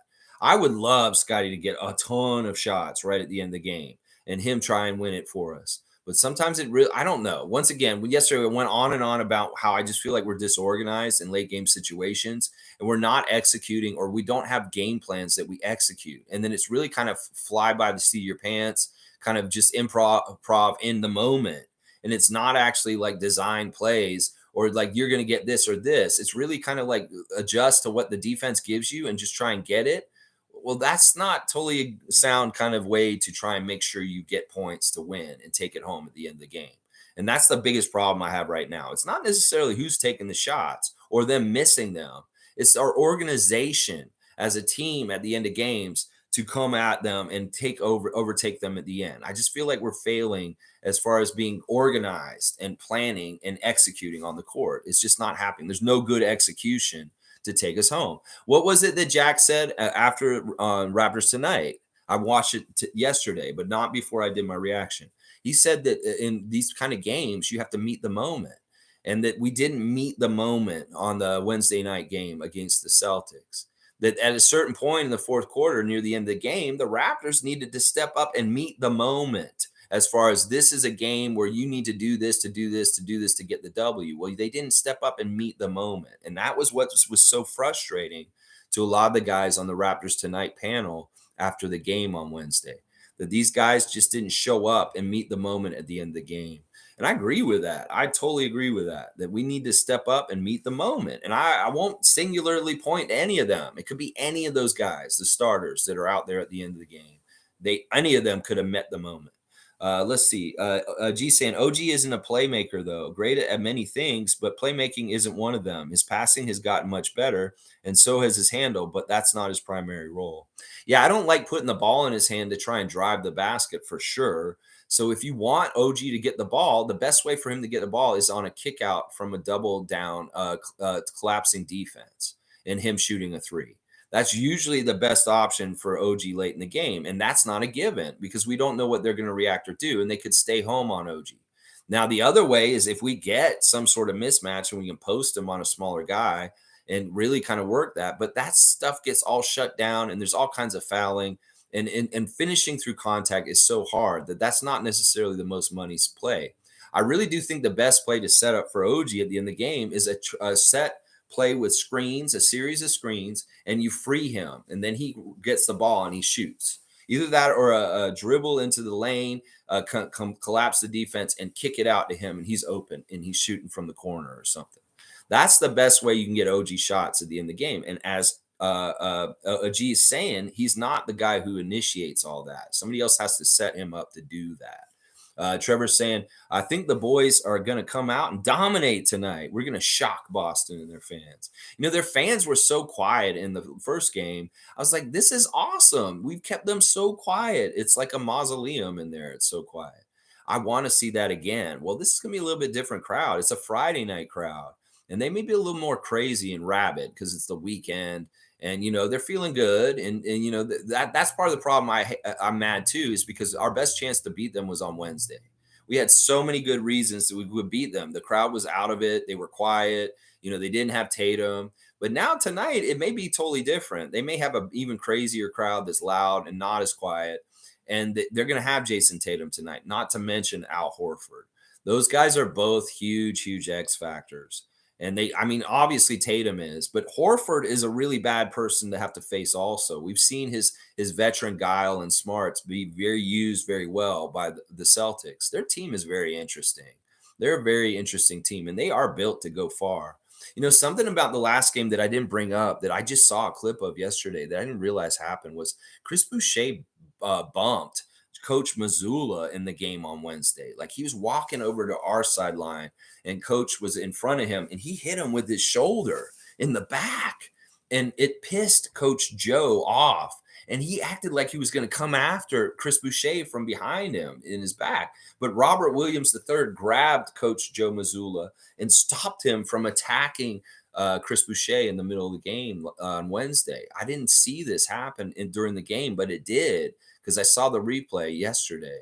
That is a weird, interesting thing. Like we don't need to motivate them any further, but Coach Joe is mad at Chris Boucher, just so y'all know. He like really wanted to swing on him, and the players had to hold him back. And then Michael Smith came over and talked to him and said, "Are you all right? What's going on? What happened?" And checked him out. But yeah, that was a really weird little interesting thing that happened in the game the other day that maybe people didn't see. Smooth saying maybe the Raptors are going for the lottery pick. Right now it's 13, right? Could still move up a couple spots depending on the lottery balls. At this point, not a bad thing. I think we're actually better than that as far as like our rank. I think we're actually in the bottom 10 or something. Or bottom 10. Okay, yeah, maybe you're right. We're 13 overall with our record. Okay, well, yeah, that's true. Like the lottery balls, it's not the order by that. It's the lottery balls when they come out. And we could technically we could get number one technically. It's just the percentages aren't very good for that. But there are chances that we could definitely move up. And with our luck, normally in the lottery, we do. So I would expect maybe a top 10 pick somehow, some way, even if we get in the play-in and do what we do. Mike is saying, I'm misunderstanding a simple phrase, then using it to paint theories. Doesn't it get old, top of top? Why bother even repeating the same stuff over and over again? All right, Tom Duke's got the steak and the potato. He's got the steak and the lobster. He's got a baby chick. And then he's got the cook and a knife and a spoon and a salt shaker. So Jason Goldenberg's got a little baby chick. Are you giving him a peep? It is Easter season coming up, and the peeps are at the store. You can go get a peep, a little marshmallow peep. So instead of giving this man what he wanted, which is chicken parmesan, you're going to give this man a little peep, just a peep, a little marshmallow chick. I love it. I love it. These are nice refs. You could have shafted David Guthrie, but don't do it to Brandon Adair and Jason Goldenberg. Those guys are our dudes.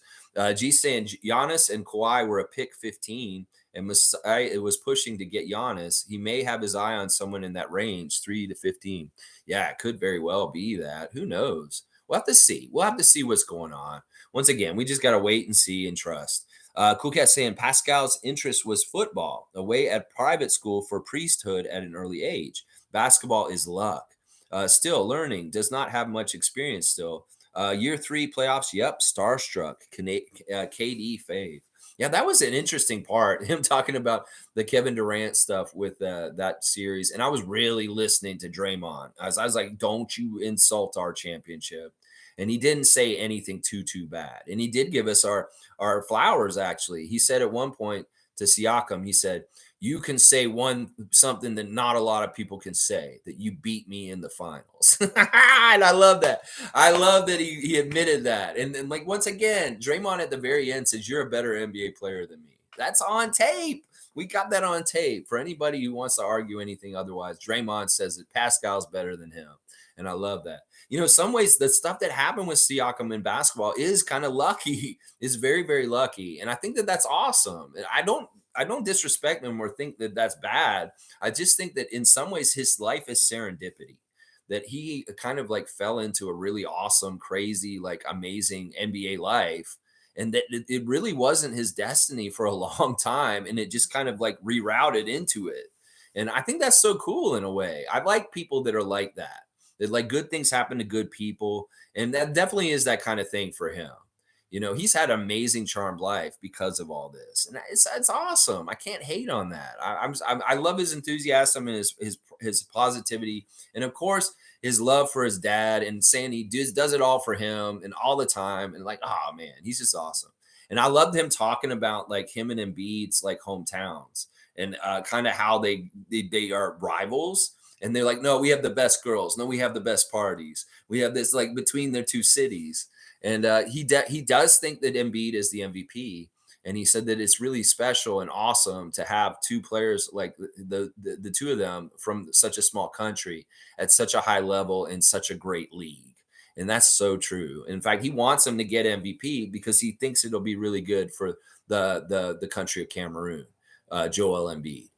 Yeah, that's awesome. It was a really good interview. I know you probably really enjoyed it, Cool Cat. And it was cool to see him interacting with the enemy to a degree. But you can tell there's a lot of mutual respect between Draymond Green and Pascal Siakam. A lot of mutual respect. It's funny how Draymond started the interview talking about Pascal when he first started. Like, yeah, I don't even guard this guy. And then he came back the next year. He's like, holy shit, now I have to guard this guy because he has all this stuff. That was really funny. That's the kind of stuff that I love about player-to-player interviews, is that there's the stuff about what they did on the court in their history. It's always so fun to kind of like talk about. Space Cadet saying, top, the Boston game isn't the one to complain about hero ball. Fred took 14 shots, but 2 of them were half-court heaves and a few were bailouts, so it was more like 10 shots. That's not hero ball. Yeah, and he really, honestly, he has to take those shots. There's a certain amount of shots that Fred needs to take. He just needs to take, even if he's missing a ton of them. He has to just take them because the next one could be the one that is the dagger that sends us to winning the game. And that's why he has to do it. He just has a track record of doing that. We've seen games last season where he didn't hit anything in the first 3 quarters. In the fourth quarter, he goes off and he has like 20 points all of a sudden right at the end of the game. So that's what we're saying. Monique saying it will be nice to see Gary shoot lights out tonight, especially. I hope so. With his pattern of being in and out of the lineup, Gary Trent Jr. has shown that he needs like more than one game to get his rhythm back. That it's not necessarily going to be tonight that he's going to start shooting the lights out, Monique. I hope that's true, and maybe it can be true. But he's shown a pattern where he needs at least 2 or 3 games to get his rhythm back. And that's why I was crying out for him to return sooner. that he should have returned against Charlotte the first 2 games and gotten his 2 shitty games out of the way against a lesser opponent, the Hornets, so that he could be on top of his game going into the first game against Boston. Instead of coming in the first game of Boston and shooting an offer. I don't think he's going to be ready tonight. In fact, if I was Nick Nurse, I would be worried about playing Gary too much tonight. That if I see him miss and brick and just a little bit off right away, yeah, I might not play him again for the rest of the game because we can't afford to let him try and find his shot and his rhythm. We need him to just get his shit back and show that he has it. He shows that he has it in the first couple minutes that he's out there, boom, he can get his regular minutes for the night. But if he's out there and he's missing like he did in the first Boston game, don't play him again for the rest of the night, Nick. Just don't. He just doesn't have it for the night.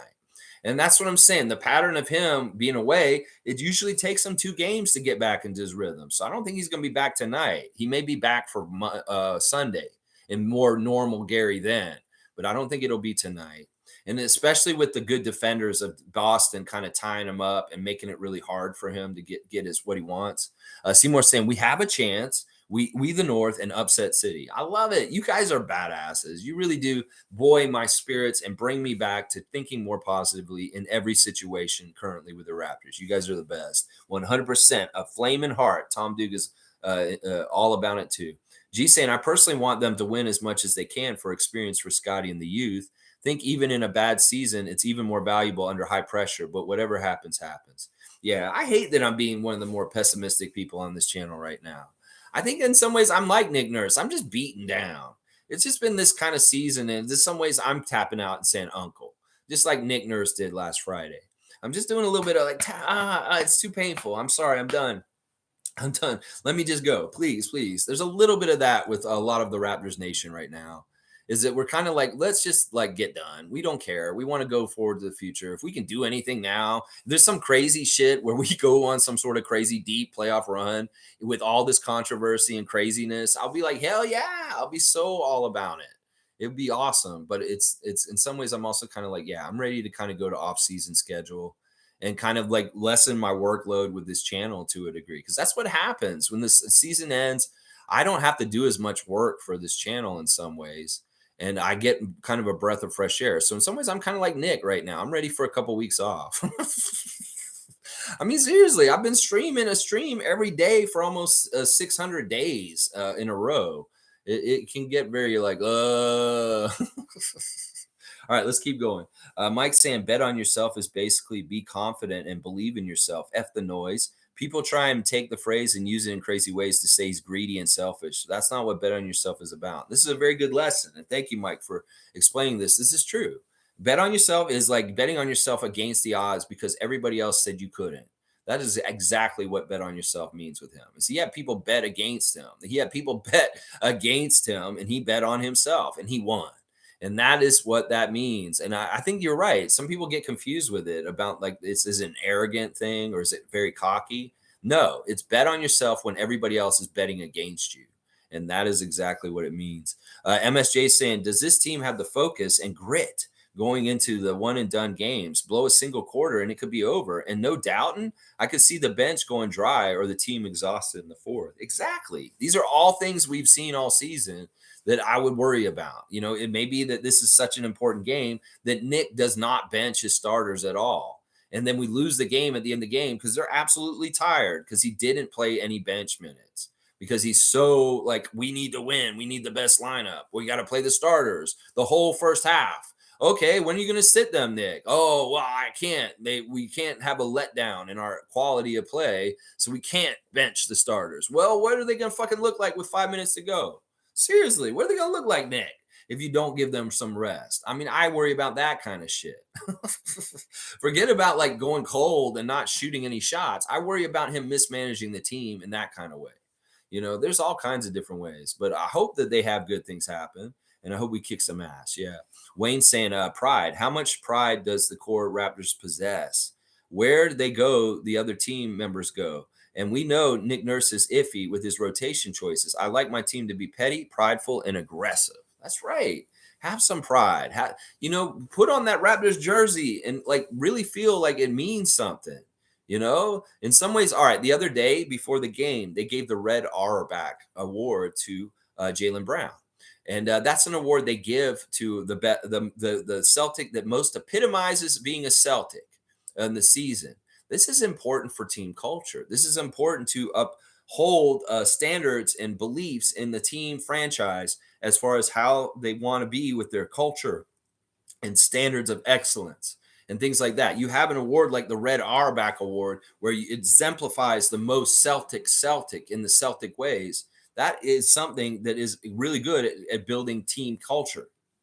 And maybe in some ways we need that kind of pride in team culture in some of the things that we think about, like, what it means to be a Raptor, and what it means to show up, and what your dedications are to winning, and the way you play, and the all-out hustle, and what is the qualities of being a Raptor, and the things that Kyle and DeMar established 15 years ago or so. And now it continues with people like Fred and Pascal. What does that mean to you guys? Like, what does it mean? Does it mean the same thing that it meant to Kyle and DeMar?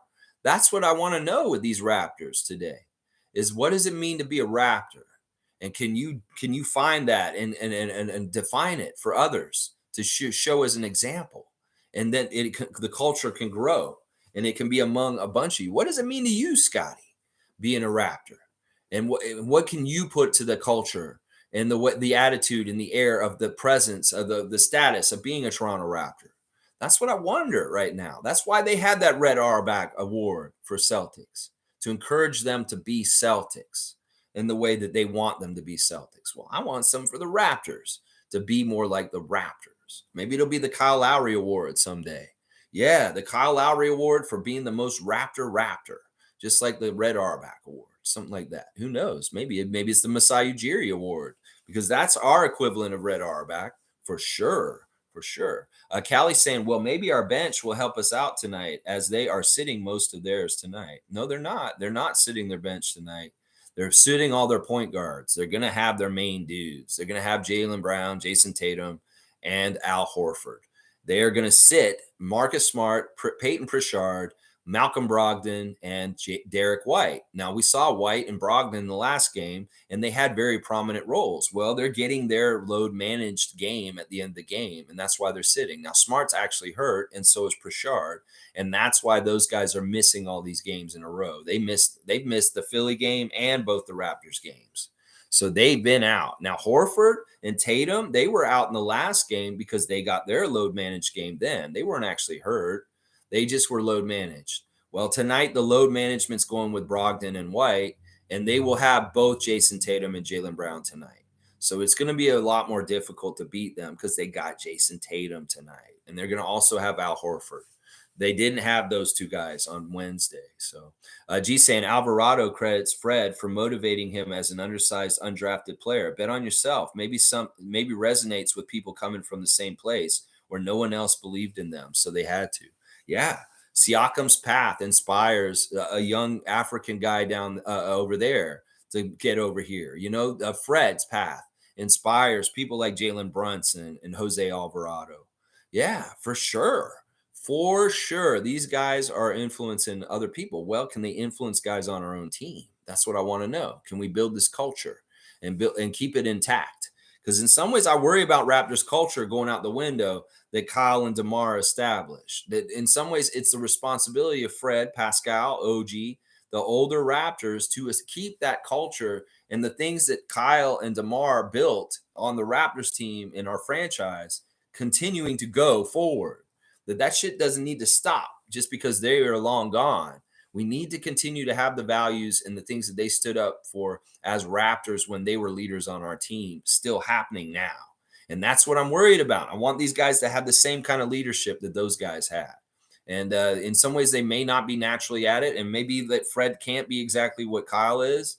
But in some ways, he's got to try as much as he can. DJ saying earlier in the season, usually only two guys were getting hot. Now we are averaging 2.5 to 3 guys feeling it. The 3 hot games are nice. I want to see the playoffs, all out defense now. Then we will know. You go, DJ. I like it. Yeah. We want to have like 6 or 7 guys in double digits. We win games when we have 6 or 7 guys making double digits and scoring. And when we have only like 3 guys in double digits, we lose. So it is very important for us to have balance on our offense with like 6 or 7 Raptors contributing in different ways and getting some points on the board. It's very, very important to us. And whether we win or not, the season, that is one of the most important stats. How many Raptors are in double digits? Well, if you have a certain amount, then we probably won. If there's only like 3 or 4, we probably lost. So that's something I'm going to be really looking at is can we get like 6 or 7 guys in double digits tonight? Mike saying Will Barton said exactly that pretty much. Fred told Barton to be confident and play his game, aka bet on himself. And that doesn't mean go into hero mode. It is confidence in your spots and play the way you play.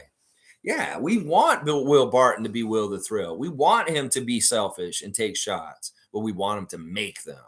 And if he's not, he might as well be like Gary, say go sit on the bench, and we'll have somebody else make those minutes and take those shots instead because you're cold and you're not making jack shit. And that's important with him. MSJ saying, I hope we get through the play-in, but really with this team, you just don't know. We could win tonight and lose versus the Bulls, but I think that's leadership. It needs to be made right off this offseason. It needs to be made right this offseason. Yeah, I can't disagree with anything MSJ is saying here. We've got to get this all figured out and get our heads screwed back on right. And if coaching lobotomy may be the first part of it. Get a coaching lobotomy, like change the head, and put the new one on there, new coaching head, and see if that changes some of the vibes and leadership and the continuity and the connectiveness and the things that are happening on the team. Maybe everything's a lot smoother all of a sudden and everybody's getting along better and there's better feelings and more smiles and laughs and good vibes. And that's what we need. Yeah, that's what we need. Cool Cat saying, Lex, you're forgetting that Pascal left for boarding school at a very early age for priesthood. His brothers left home for high school in the U.S., age difference. Also, football is the national sport. That is a very good clarification. I don't know how that system works with seminary school. Like when he goes there, like I guess like he's away from his family and it's very much like boarding school. And that maybe like, I don't know the age difference between him and his older brothers, Patrick and Christian, and I forget the other one's name. Is it there? Are they much, much older? And maybe they were doing the basketball stuff somewhere else. I'm just wondering why they didn't have a basketball around him if they were prepping themselves to go overseas to the States and try and get in there on their Division I scholarships. Like that's what doesn't make sense to me. Because if they're older, maybe all right. If he was away at school and that was part of the reason why, okay, that makes sense. I get what you're saying. And then maybe they played more of the high school on this continent than over there, and that's why he wasn't around it as much when they were developing over here. And I'm just trying to figure it out. That's all. I'm not saying there's anything that's suspicious or weird. It's just in some ways I don't totally understand the timeline with him and why he got introduced to basketball so late. That in some ways it doesn't make sense to me if his brothers were already trying to get into basketball and they're older, is what I'm saying. But I don't know anything about seminary school. That probably is a big part of it for sure. Nameless is saying what Nick did was dumb. What Nick did wasn't dumb. It was damaging. Yeah, it was both. It was dumb and damaging. And that's why I'm so mad at him right now. It was extremely damaging.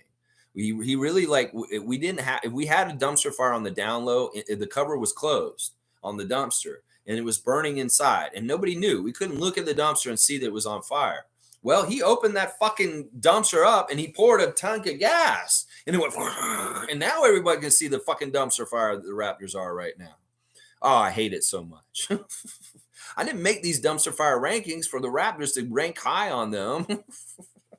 That was never my intention. I didn't want this dumpster fire to start burning like this. Oh my gosh. I got to show it too. I got to be honest about it. When I do the dumpster fire rankings this offseason, I'm going to have to put the Raptors up higher on them because we have some toxic dumpster fire stuff going on. Wayne saying, we're the real ones. Damn team needs to make their shots. Can't have Fred and OG together with bad games. It becomes noticeable. Too often our defeat is true brain farts, not teams actually outplaying us. Yeah.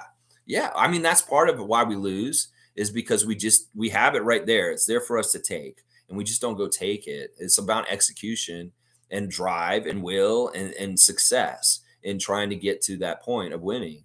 And there's been a lot of games this year that were very winnable that we just left on the table.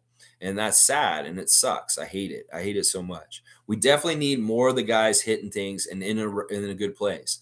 and sharing the ball and looking for each other on cuts and getting guys open shots. More of Fred being the point guard and setting guys up on a silver platter. Like OG gets a three, Scottie looking for people, getting easy shots, easy dunks, getting to the rim and throwing it down. All this stuff is really good for the Raptors. And they need to work towards more efficient, high percentage offense on every possession. They can't be just chucking a three all of a sudden, like early in the clock. Just, in some ways, if they make it, that's fine. But if it's early in the clock, and you miss it, and it's like, you got to fucking make your shots, Raptors. That is maybe the biggest most important thing right now is you guys didn't make your shots on Wednesday. Well, let's make this different tonight. Make your shots tonight. That could be the big, huge difference in how we can win tonight, is you're actually making your open shots this time. That's very important. Fiercely saying, I hate to put Nick Nurse as a scapegoat, but it's difficult not to with that interview. I honestly lost faith in his allegiance to the team and now doubt every previous stupid game decision and rumor. I know. He put all this doubt on him and what his intentions are and how motivated he is and whether he's doing things in the right way for the Raptors for the long term. Like, in some ways, we don't trust him. They're like, what is he fucking doing? If he's not going to be here, he already feels like he's on his way out. Well, why we still have to have him here? It's kind of like breaking up with somebody and still being on the lease with them. You have to stay on the lease with them for a little bit longer still, even though you've broken up and you're not officially together anymore. It's like you don't totally trust them. You don't kind of totally feel like comfortable in that living situation because it's over, but you still technically have to ride out that last little bit of time where you're still on the lease together. That's how it feels right now in a lot of ways. Nako saying Rap's Muse can be kind of toxic. Rap Muse is horrible. Don't read Rap's Muse. That is not run by a Raptors fan. Seriously, Rap's Muse is fucking made by another fan it's a joke account and it's sarcastic. Don't ever read that shit, Gerald. All those Muse accounts are full of shit. Not a single one of those Muse accounts is good for the Raptors, especially the one for us, because it's not a fan of us that's running it. It's another fan and he's trolling.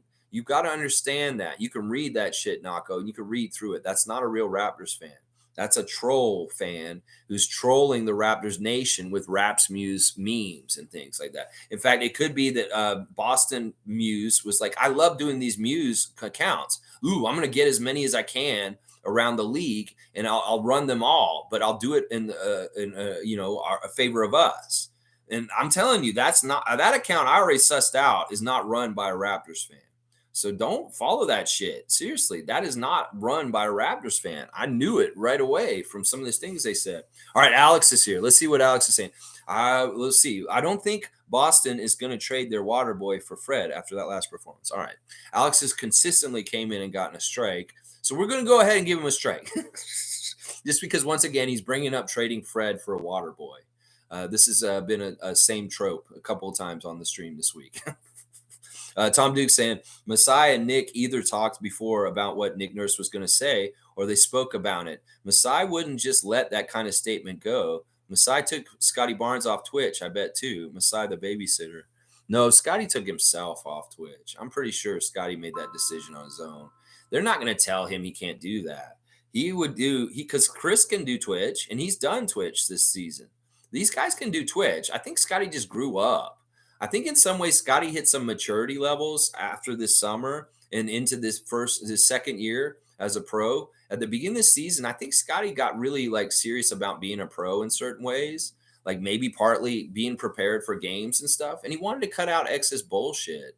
In fact, I remember when he decided not to be on Twitch anymore, Justin Champagny posted something to him telling him, don't be dragged down by suckers anymore, or something like that. Something weird message to Scottie. He's like, I told you, don't be dragged down by suckers anymore. And maybe that he was in referencing to him getting off the Twitch at that time.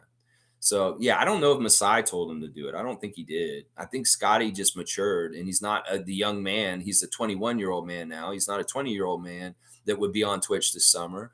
And now he's just older, and he outgrew it already. I think that's what it is. Although if we see him this summer, maybe he'll come back by for just a sec and just say hi for a second. We'll know. We'll see. We'll have to find out.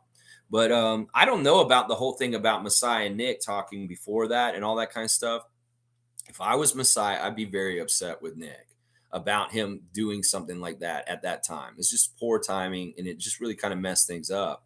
And we may find out more after the fact later on down the road just how bad things were this season with Nick Nurse and the management. This stuff may come out at some point, and we'll know even more. And we're like, holy shit, that's how bad it was at that time. We didn't even realize it. So we'll probably find out as time goes on. Mike's saying, to be frankly honest, Nick's, hang on, it jumped. All right, I got to find Mike. It's a Mike comment. To be frankly honest, Nick's interview didn't hit me like it has hit others. From what he said, I see nothing different. It's been a tough year. Everyone has to reflect this summer on what they want going. Yeah, I can get behind that. I mean, but don't say it then. That's not the time to do it. It's too soon. In some ways, you don't want to say it then. There's a lot of things about the timing. It's about the timing. Some of the things that he said, you're right. They would be innocuous if they were said at the end of the last game of the season or at the end of the postseason. But then when that happened, yeah, that's not a good time for that kind of stuff. And like I said, in some ways, he's kind of folding his hand. Like if he's in poker, he's like, I fold. Is kind of what that motion was to me. All right, Cool Cat saying, Lex, let me help you. Pascal basketball IQ skills still developing. Wear and tear is less. That is very good, positive for sure. The fact that he hasn't played as much, that is definitely a good positive. And in some ways, I love that he's saying that he is like, he never gets tired. Like when he was a kid, he ran a lot and he would never get tired. Like he had crazy stamina, like a marathon runner would. And I love that part of it. But you're definitely true about this. Like that is definitely a positive on the inverse of it, that not playing as long is he has less wear and tear on his body. But also in some ways, it's a weird thing with like maturity and growing into being an adult and your body and when it grows. Like, I don't know. It's a tough thing. But you're right. He has way less wear and tear. He has to learn basketball anger. Yeah. Yeah, I think that statement, I like that. Pascal's privileged life, Freddie, Scottie, Kyle, uber privileged, Pascal, 3 languages. Yeah, there's a lot. There's a lot to Pascal that's different than your average NBA player. And, I mean, listen, once again, I was really hard on him yesterday, and I know a lot of it was unfair. And I want to be very fair with Siakam. I love Siakam. I want him on this team. I really, really do. I just want us to get better. And if he can be a big part of how we get better somehow by developing even further, which he's shown that he can, and he does all the time, then I'll be very, very pleased and very happy. I just, you know what it is. I just want better results. But all this is very fair, and this is important, like to put the whole perspective of what's going on with Siakam and his background and his path to the NBA. Yeah, his IQ and skills are still developing. Yeah, I could get that. And if Rico can get him to get more angry, Pascal, even more this summer, like build off of that. Like they were starting to establish it a bit at the beginning of the season. Then he got hurt. Then he was hurt. And then in some ways, I don't know if he exactly had that anger that he had when he started the season. Like at times, maybe this season, but it's hard to keep it up the whole time with the grind and everything and how deflating the season's been at different times. So maybe he can get more inertia going into the season like he did last year. And if he doesn't get hurt, maybe he can keep that wave of angry Pascal going longer into the season instead of like doing the splits at Dallas and having to sit all of a sudden after such a good momentous like start to the season like he had this year. So yeah, I'm all about that. And that may be part of what they work on this summer. Obviously, he's got to work on his 3 and make that even better, more and more. And then if Rico's working on like mentality stuff with him or like working on like what we were just talking about, being angry Pascal, that could be really a huge thing. Just like DeMar coming back and having a 3-pointer next year. That's what I want to see. I want to see him grow into more and more and be bigger and bigger and better. And I know he can because he's shown that he has this crazy limitless growth to him that is insane. Like Draymond was like, I can't believe that you became a number 1. That is so hard to do. Go jumping from a number 2 to a number 1. And that's true. That is very, very true. Space Cadet saying, now I know where I recognize Alex from. He's the guy hating on Fred in every YouTube video comment section. I mean, at least he's consistent. Yeah, I've seen Alex in those places too. I've seen him on Raptors Tonight also. Yeah, there he is. The storm cloud. Tom Duke's got it out. DJ saying soccer players are more likely to be able to run for days. Yeah, that's definitely something with Siakam. I mean, this dude gets up and down. And like you say, you can't afford to be tired. Well, this dude has some crazy stamina. And in some ways, that Nick really pushes the limits of it. That's the crazy thing. Like in some ways, maybe Siakam would be different on another team because his minutes may be a little lesser and maybe he's a little bit more effective because he's not ran so ragged. I don't know. We don't know. But in some ways, I want to kind of see if, like, in some ways, I don't know. In some ways, I like a quality over quantity. And if we could get more quality out of Siakam overall and less quantity, and that quantity goes to other guys too, but he still has the same kind of quality and a similar stat line, but on less field goal attempts, that's ultimately the great goal for the Raptors, to make room for people like Scottie and OG to take a bigger piece of the pie. Is get Fred and Pascal to shoot a better percentage and lower shots, and still kind of make the same kind of like contribution points wise. There you go. Boom. That's how we can grow and get better. And these guys have done it on certain nights. Exactly what I just said, where they have like, Siakam shoots 9 for 13 and he has like 20 something points. But he only shot 13 of the shots. He didn't have to shoot 20. That's what I'm saying. These are places where we can get better quality instead of quantity. And Fred is the biggest guilty person for quantity without quality. And Gary too. Gary can be very bad for quantity over quality. And Siakam's better. He has a better, higher field goal percentage in general than those two guys, which makes it better. Leslie saying, we freaks love our team. We are passionate, and sometimes we have to talk about the negative things. But let's think about it as Raptors therapy, Lex. Leslie, you're awesome. You seriously have been like really powerful and strong in the last 2 weeks on my mindset. And I really am going to really tackle things differently with this channel next season differently. I'm already starting to lay the foundations of it in my brain to think more positively. And it is directly because of Leslie Hart and her comments here recently. I'm definitely going to be rewiring myself a bit for next season, guys. Logical saying, DJ, facts. Plus, that's why Nash in the 7 seconds or less offense and Spicy's transition offense are shades of soccer attacking. Yeah, I could see that. Fun guy saying, do you remember which Raptors tonight? Because I want to see drunk Masai. I'm going to guess this was it was in November or December. Was it November? It was before Nick took his leave of absence. So I'm going to guess it was sometime in November. I don't remember the exact game. Oh, you know how you can figure it out, fun guy? It was right before the Giants of Africa event. So figure out when Giants of Africa was this year. And then it would be like a couple days before that. That's when it happened. I think he was already celebrating the Giants of Africa week, and that's part of the reason why he was drunk that night. And I won't say he was drunk. He was tipsy. I don't want to say that he was full on drunk. Top saying, if we're talking toxicity, then delusion can be a form of toxicity. Positivity is great, but when it crosses over into delusion, it's negative because it feeds into supporting and elevating mediocrity. All right, I'm going to destroy this comment right here, right now. Watch. Listen, mediocrity is not a bad thing to have. In fact, and sometimes in this world, things are so fucking unfair and messed up. Just to have a mediocre life is something to celebrate.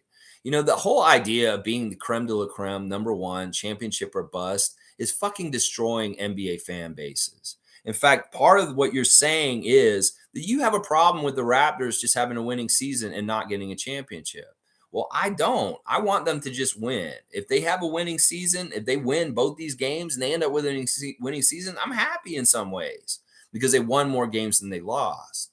The whole idea of championship or bust is really, really toxic in a lot of ways because I get it. You don't want mediocrity. You want exactly the best, but that is fucking toxic as fuck when it's like that and that kind of mentality. Only the very best or there's no good. Because there's no room for success other than getting the championship. Because in some ways, then that's messed up. Because in some ways, that's ultra toxic. Now, I'd much rather be delusional and like thinking and wishing positive things for this team. Because I really do believe perception can shape your reality. And if you believe, it will happen more likely.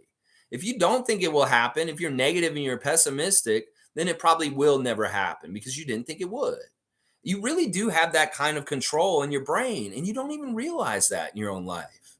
that if you want to be a pessimist in your own life and you want to limit yourself and you can't think that you could do stuff, you will limit yourself and you won't do those things. But if you think the opposite and think, you know what, I can go do this, I can go back to school, I can go do this, I can ask that girl out, and you fucking go do it, then you achieve more. That's why the argument with what you're saying is kind of weird.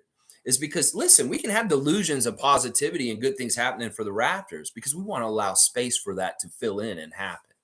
And there's nothing wrong with that. In fact, that's being a good fan. And that's being a passionate, believe in them, positive fan. And if you're saying that that's toxic, you're crazy, because that is not toxic.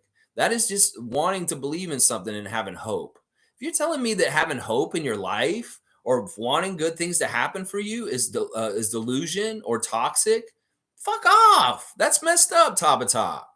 So I hope you really listen to me right now, because in some ways mediocrity is something that everybody in the league has to deal with.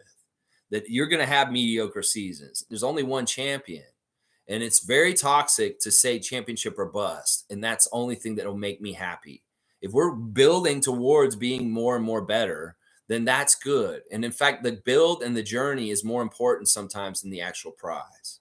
And that a lot of people in fan nations in the NBA do not realize this, and they're ruining the best part of the whole thing, which is the journey.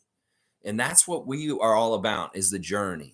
And that's the difference right there. You go ahead and be pessimistic and be realistic and say, oh, I think it's toxic when people are believing, or what? Oh, you told Jimmy that he could go and make that basketball shot, but I didn't think he could. So I told him he couldn't. You know, what the fuck? Tell Jimmy he can make the basketball shot and be positive. That's the difference right there. Do you understand? Like, if I'm being so delusionally positive that it's toxic, please tell me. Please tell me. And tell me why, and tell me how that's hurting someone. And please tell me also how that is actually toxic, because it isn't. And this is ridiculous. This is a ridiculous statement, top to top. All right, G saying, best way to differentiate toxic and criticism: if your partner criticizes something you do versus someone whom berates you, attacks your family and friends, and doesn't stop then saying they're honest. You know, in a lot of ways, the Raptors nation, the way they talk to the players and DMs, the way they talk about the team in Twitter tweets, the way they post about them on Facebook, it really is more of a window into themselves than it is about the team. In fact, half the time, the people that talk negatively about the team are negative people themselves. And they a lot of times have very bad self-concepts of themselves. And that their whole perception of reality and everything around them is tainted by their negativity about themselves. That a lot of that is just the root of it in a lot of cases. That people are just miserable fucks, and they want to share their misery. Somebody like me, I'm happy. I'm a generally happy person, and I have good things happening in my life. Then I try and put that out, and that's the energy. That's a lot of it. Is the key difference right there. Is exactly that. Do you hate yourself? Then you're probably going to be putting out all kinds of toxic shit. And, you know, if you're okay with yourself and you're basically generally satisfied in your life, well, then you can be a little bit different with what you put out. So Monique is saying, fun guy. It was the day before the Giants of Africa game. That's exactly what I said. So Monique's got it too. We're going to figure this out. Monique remembers. She remembers. Graham's here. Good to see Graham. Holy crap. Graham's one of the original people that was on this channel from the very beginning. We're Facebook friends, and he hasn't been in the chat for a while, but we missed you, Graham. And I know you probably watch from time to time, but very good to see you, Graham, an old friend. Happy Easter, Lex and the freaks. Keep up all the great content work from a loyal fan. You go, Graham. So happy to see you. And I keep up with you a little bit on the Facebook. It's good to see your smiling face and good times with your friends, and good things happening for you, Graham, also. Awesome. Good to see you jump in. Cool Cat saying, yep, if we had Kyle Lowry as our point guard leader, even at this stage, we would be successful. Fred not able to lead, corral the guys. I believe Scottie personality can rally others on the court to fight as a point guard. Yeah, I can get on this. I can get on this for sure. I can definitely get on this. Scottie could probably be that kind of leader in some ways. I know you've been slagging Fred, and in some ways you're right. He isn't stepping into Kyle's shoes in the way he should. All right, let's see. Scottie or bust, another new name here. He said, this is just blind homerism. Well, you're damn right. This is that channel for that. And if you're all about blind homerism, well, you found the right channel. If you're not, then get the fuck out, Scottie or bust. So if you're upset, and first of all, somebody who uses the word homerism, fuck you. Seriously, I'm gonna say that right now. You just showed up, and this is your first comment, and you're saying Scottie or bust. So maybe I already know who you are. You're like one of these Pencearites, probably. So I'm gonna say fuck you. If you bring up the word homerism, what is sports anyway? What is fucking sports? You have a team at your home that you root for, and that's homerism. So what the fuck? You think it's wrong for people to like their team and enjoy them and like root for them blindly? Yeah, that's what I'm all about. Blind homerism. Is there anything wrong with that? I'm sorry, I'm not the regular fair weather fucking fan of Toronto sports culture here that turns on their team on a dime or stops watching them because they're 500. No, I'm not that kind of fan. There's a lot of Toronto sports fans like that around here that would say, oh, blind homerism. Fuck you for that. In fact, you know what? That's the worst way to ingratiate yourself here. So I'm going to fucking kick you out. Like, I'm not even going to give you one strike. You're gone, bro. Scottie or bust, well, you just busted yourself right on out of here. As soon as I hear the word homerism, it makes me realize this person is anti-fan, is what he is, because homerism is deeply in part of being a fan. And if you think homerism is a bad word, then you're not a fucking fan. You're probably some parlay piece of shit that fucking gambles on them and talks shit to them in their DMs. Or you're a fucking Pencearite that's fucking Scottie this, Scottie that, and you hate Fred. I'm just going to guess that this is what it is. I'm not going to give you a chance to know who you are, Scottie or bust. So just get the fuck out. All right. How about that? G saying Kyle is a get in your face type of leader. If he's got in Scottie's face to motivate him and they still lost, I feel some fans would still turn. Scottie is being coddled by some fans and he doesn't need it. Scottie is a tough competitor and would probably appreciate that. Yeah, I'm totally with you on this. I mean, seriously, so many fans are like dick riding, as Scott would put it. Seriously, y'all stop. I love Scott. I have his jersey right next to me. I have talked to Scott personally, in person and on his Twitch many times. He knows who I am, Scottie or bust. Does Scottie or bust? Does he know you? No, he doesn't fucking know you, but he knows the Raptors freak. And you know that because you see it on my page when you come in. He says Raptors freak is the GOAT because he knows Raptors freak is the GOAT. Now, am I trying to dick ride on Scottie? No, he's another Raptor. He's another good player, and I know he's going to be very good. But I don't do it at the detriment of Fred or Pascal or these other guys. They're a team, and I root for all of them equally. But I'm not picking Scottie over other guys and trying to like fucking downgrade the other guys just to prop Scott up. And he wouldn't want us to do that. You go talk to Scott personally, he would be like, what the fuck are y'all coming after Fred for in my name? He would tell all you fucking dumbass Pencearites that you fucking aren't actually for me when you're against my teammate. He would. We already went over this. Scottie's all about love, and all the hate that the Scottie stands show in our fan nation needs to fuck right off because you do not represent SB4. You do not represent the great Scottie Wayne Barnes when you have hate in your heart for Fred VanVleet. You guys don't even realize that, you fucking idiots that are anti-Fred and pro-Scottie in our fan nation. You guys just don't even realize that you're not following your leader, Scottie Barnes. This is not how he would want y'all to be. He would not. He would tell you to your face, what the fuck are you doing coming after Fred like this? He is my point guard. He is my dude. I play with him and I count on him. And y'all are fucking talking shit about him? No. If he's going to get mad at me for talking shit about Joel Embiid and Richard Jefferson, you think he's going to get mad at you for talking shit about Fred? You're damn right he will. He will get mad at you for that. It's crazy. Logical saying, sorry, everyone. Can't be one player fanboys like you, Scottie or bust. Well, we saw what happened to him, Mike. He got right towards the door. I can tell who that is right there. Tom Duke is saying, haha, who's blind? Yeah, who's blind? We're talking reality today. We're talking real. We're being pessimistic. We're being optimistic. We're being all of that all at once. In fact, I want to take a moment just to say happy birthday to my little brother, Carl. He just turned 46 today, and they're going to Dollywood. That's awesome. He decided on his birthday he wanted to go to Dollywood. So he's taking the kids to Dollywood today. So weird, but awesome. I'm so proud of my brother. Happy birthday to my brother, Carl. He's awesome. Wayne's saying Raptors and Nick Nurse are unpredictable, and that means we get the wings with the onion rings in front of the flat screen. We will be enjoying the game tonight because we have no clue of the outcome. Really, I don't either. I mean, I have no idea what's going to happen tonight. I hope that they come with a good, strong effort and we beat the Celtics. That would be absolutely fantastic. I really do hope that's what happens tonight. but there's no guarantees. We don't know which Raptors are going to show up tonight. Patchouli saying maybe Siakam knew his brothers would not be able to fulfill his dad's dream, and that's why he went at it late. He seems to have immense love for his dad and family, so maybe that's what drove him for sure.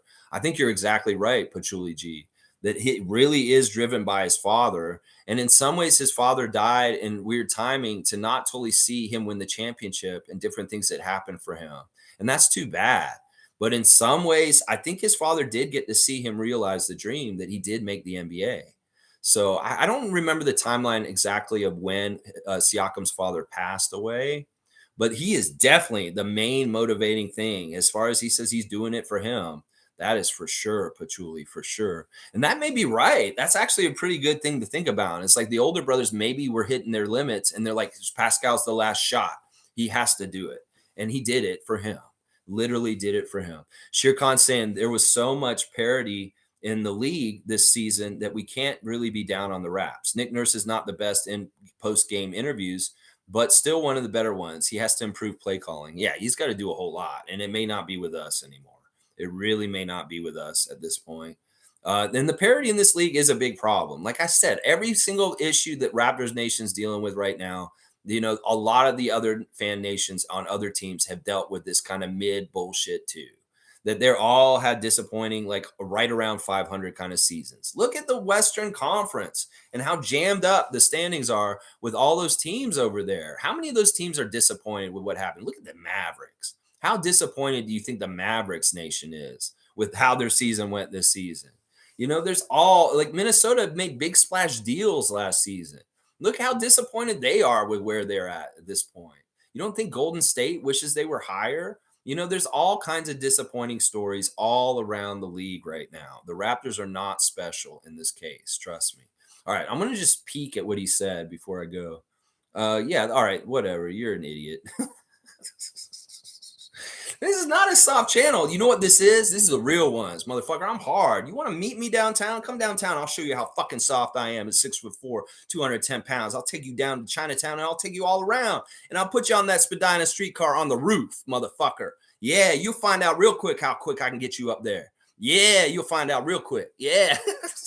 I'll meet you at Dundas and Spadina. Yeah, in front of Dragon City, motherfucker. I'll show you exactly who I am. Yeah, you'll find out real quick how soft I am, motherfucker. Yeah, I'll bust you in your face, Scottie Bust. Yeah. Isaac saying, ever thought about the fact that Nick Nurse went on a rant around the same time the NBA announced bargaining changes on weed?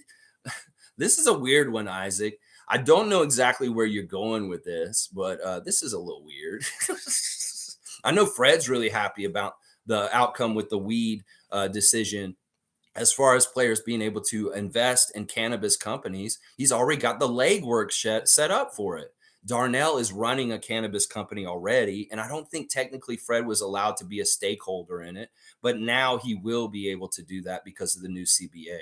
So there you go. And Scottie or Bus, you getting that kind of information from other Raptors places? No, you aren't, you fucking piece of shit. And I'll put you on that goddamn streetcar right now. We'll go meet you out in front of Dr. Tony's dentistry at the Scotia Bank, at Dragon City, at Dundas and Spadina. And I'll put you on that fucking streetcar and send you north to Spadina Station, motherfucker. Yeah, you find out real quick.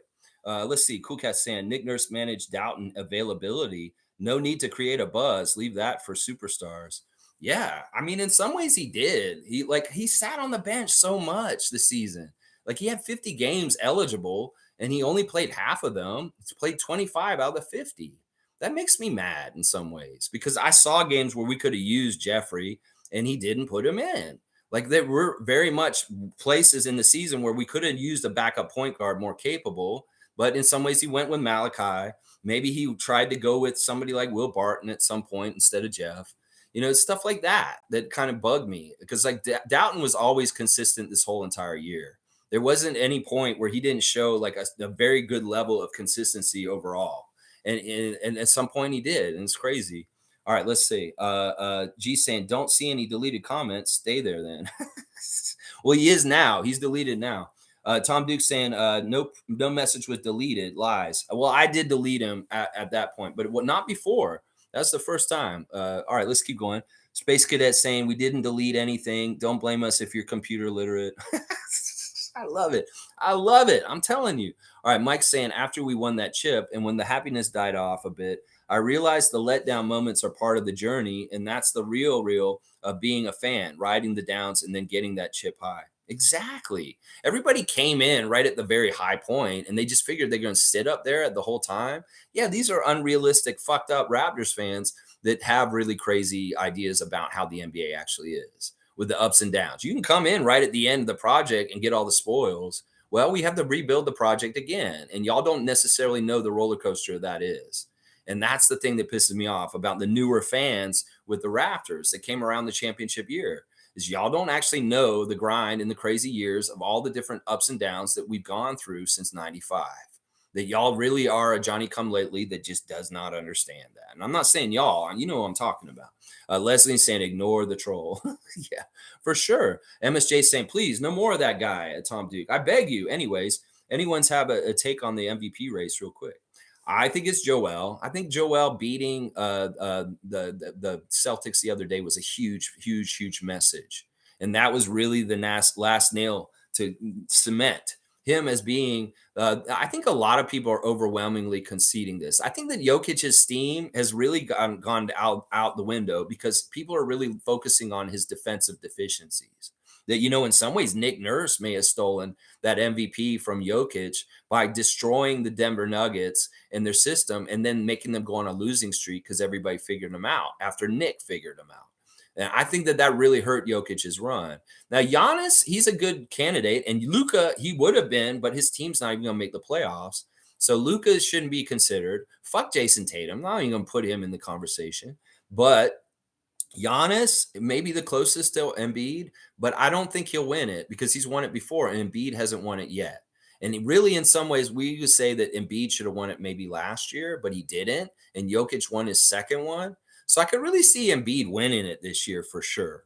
Now, I thought it was really funny and interesting that Pascal and Draymond talked about the people who vote for those awards and decide the money for these guys and who the fuck are they and why should they be doing it? In fact, Draymond said specifically, Kendrick Perkins has a problem with me. I don't want him voting on whether I can get an award, and that makes sense.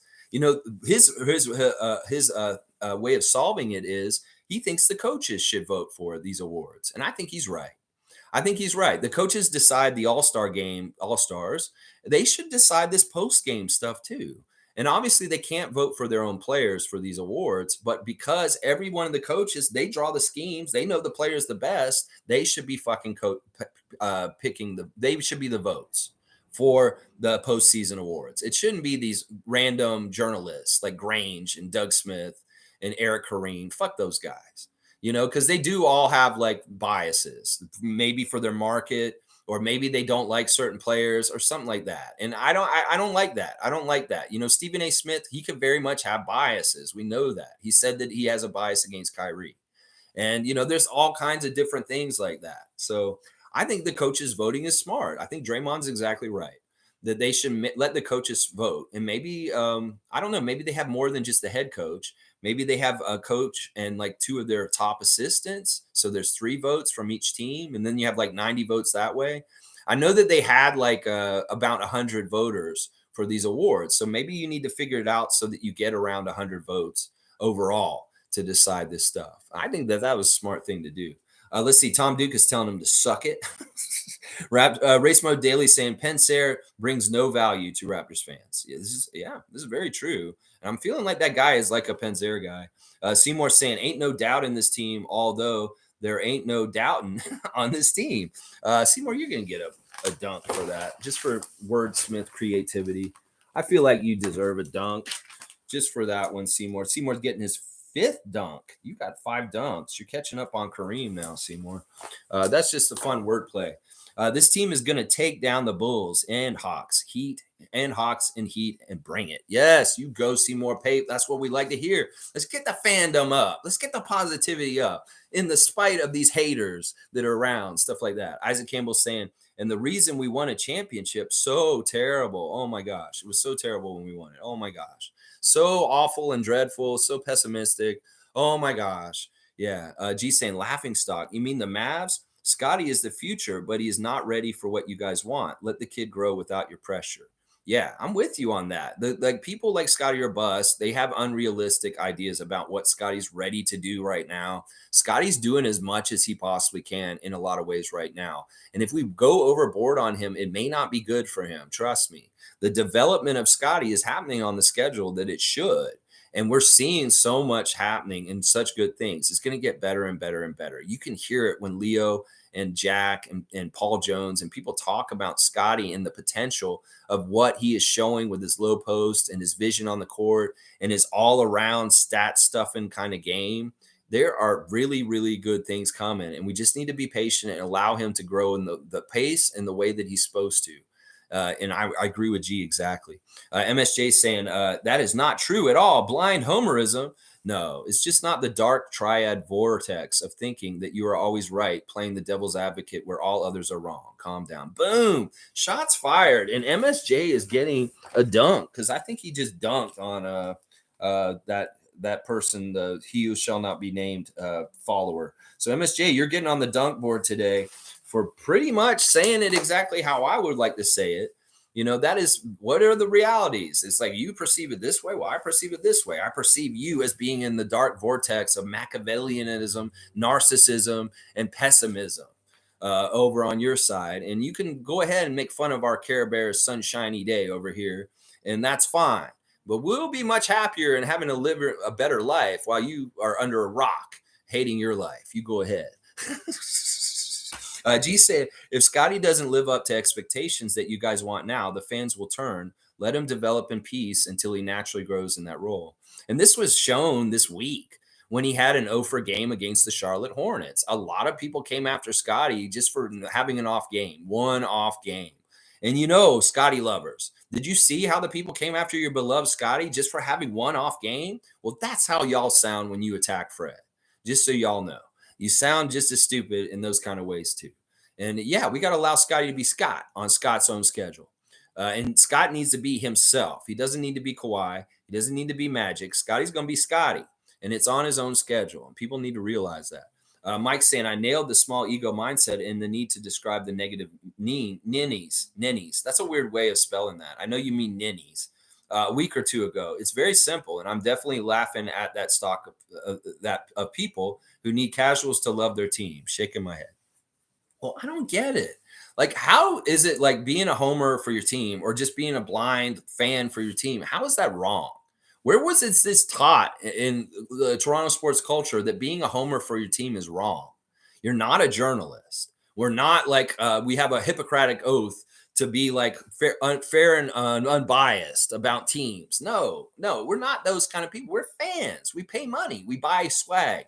We go to the fucking games. If you're doing all that kind of shit too, and you're the way you are, what the fuck? Why are you so miserable like this then?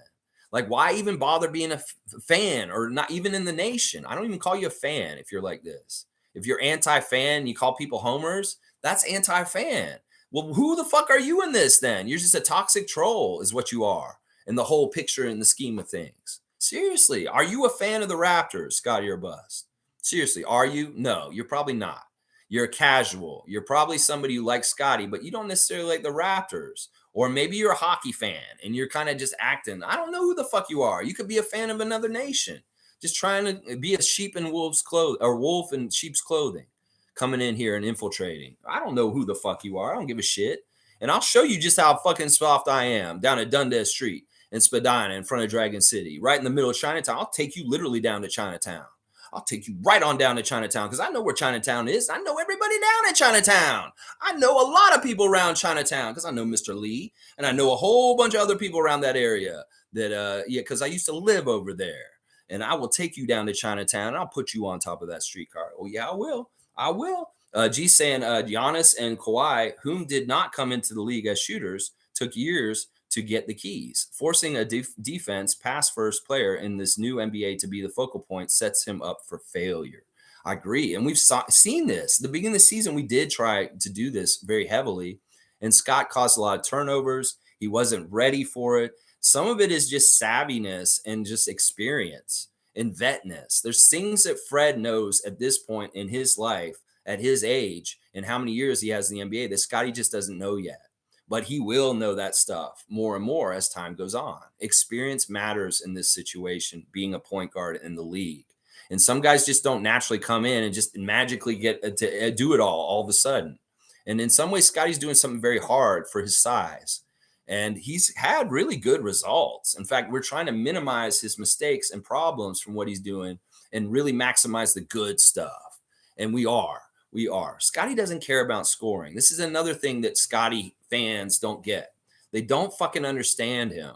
That he's a very much a giving kind of player. He's a passer. He likes to facilitate and set up other people. He doesn't want to be a 30-point scorer like y'all want him to be. He doesn't want to be like some crazy, like everything goes through me kind of guy. He wants to be a next winning play kind of young guy who plays his ass off to get rebounds just as much as he plays to try and get a score. That he cares about playing defense just as much as getting 3-point shots. He cares about making a pass and setting up Fred more than he does him getting a pass from Fred himself.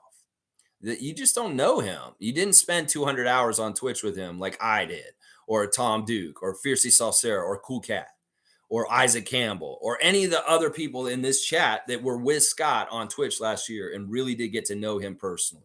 Because when you sit with him for hours, like 6 hours, watching him play video games, you get to know the man. You get to know who he is and what makes him tick and what matters to him, what he cares about. And I don't think Scottie or Bust knows anything about Scottie. You don't know jack shit about Scottie. And if you really knew him, you wouldn't be acting the way you are. Yeah. All right, let's see. Leslie's saying, Lex, everyone deserves a break. And everyone needs one. You deserve one. You should take some time off yourself. The fan will still be here. Well, what I'll do is I'll probably just shorten my content for a little bit. I might just do like 10, 15-minute stuff and not do the really long ones. And maybe it's just little short produced content that's already made ahead of time. And maybe it won't be too many comments. But I'm definitely going to keep my streak alive. I'm not trying to bust the streak up. So I will not be taking any days off. Every single day. You guys can count on me. We're going to talk about Raptors every day. It's just that I may go in shorter bursts very soon. And there may be very specific, detailed things that I'm talking about and stuff like that. So, all right, let's see. G saying, all right, if you're replying to that idiot, I'm not reading his stuff anymore, just so you know.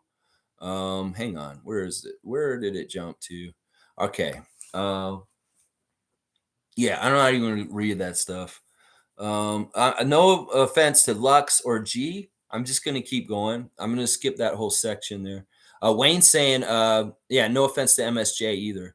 Wayne saying, Lex, if you didn't express yourself the way you did yesterday, would be no need to tune into the channel. You're real. Everything is real. Thank you. See, Wayne appreciates me. Like in some ways, I was more pessimistic and negative than normal.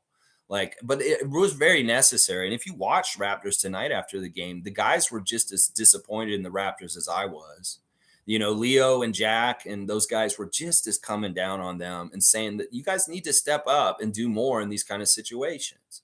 And in some ways, that's a good litmus test for me to say, oh, did you overreact, Lex? Well, let's go watch the Raptors Tonight guys and see what they were saying. And if I'm not too out of pocket compared to them, then I'm like, okay, yeah, this was justified. But this is true. Like in some ways, this is exactly why it's not true what that dude's saying about blind homerism. Because if I had blind homerism, I wouldn't have said a lot of the things that I said yesterday on this stream after the loss to the Celtics. And that's the difference. I appreciate that, Wayne. Listen, man, I appreciate y'all too. And a part of what I've realized is y'all are real too. And that's what real respects real and they like enjoys real. And in some ways that I gravitate towards people that are real like you guys gravitate towards me. So we're all birds of a feather. So as real as I am, I bet you're a very real person in your life also, Wayne Strainer. No nonsense and says what he means. And I appreciate that about people around me also. Seymour saying Scottie Barnes versus Ayton was my favorite moment of the season. That was a good picture. That whole picture when he came and looked at him. And then Ayton after the game was hilarious. He's like, I don't know why he was making that face at me. I have no problem with him. I kind of like the guy. And then he's saying, I really stunk it up really bad against Toronto in Toronto. And I wanted to play way better for the Suns. And that's why I stepped up really hard in the game in Phoenix against Toronto, because he did. He absolutely played horrible against us in Toronto, DeAndre Ayton. And he played way better against us in Phoenix. But that whole situation was funny. There's no hard feelings. And in some ways, DeAndre Ayton was like, I don't know what was going on with him. He was like really taken aback by Scottie kind of getting in his face like that. But that picture is hilarious. Like Scottie's expression on his face in that picture is gold. It is gold. It is meme worthy. So meme worthy. Mike's saying, believe in the guys to develop more and fix the issues over time. That's why I'm positive. I've seen this under the Masai reign. The progression is always in a forward motion. The transitions were fine. Yeah, it's just cloudy. It's just unclear. There's a lot of things that are kind of like uncomfortable and just negative in some ways, but we can get through this. We sail the ship through and things will turn out and get better. And the sun will come out tomorrow, Annie, all that bullshit.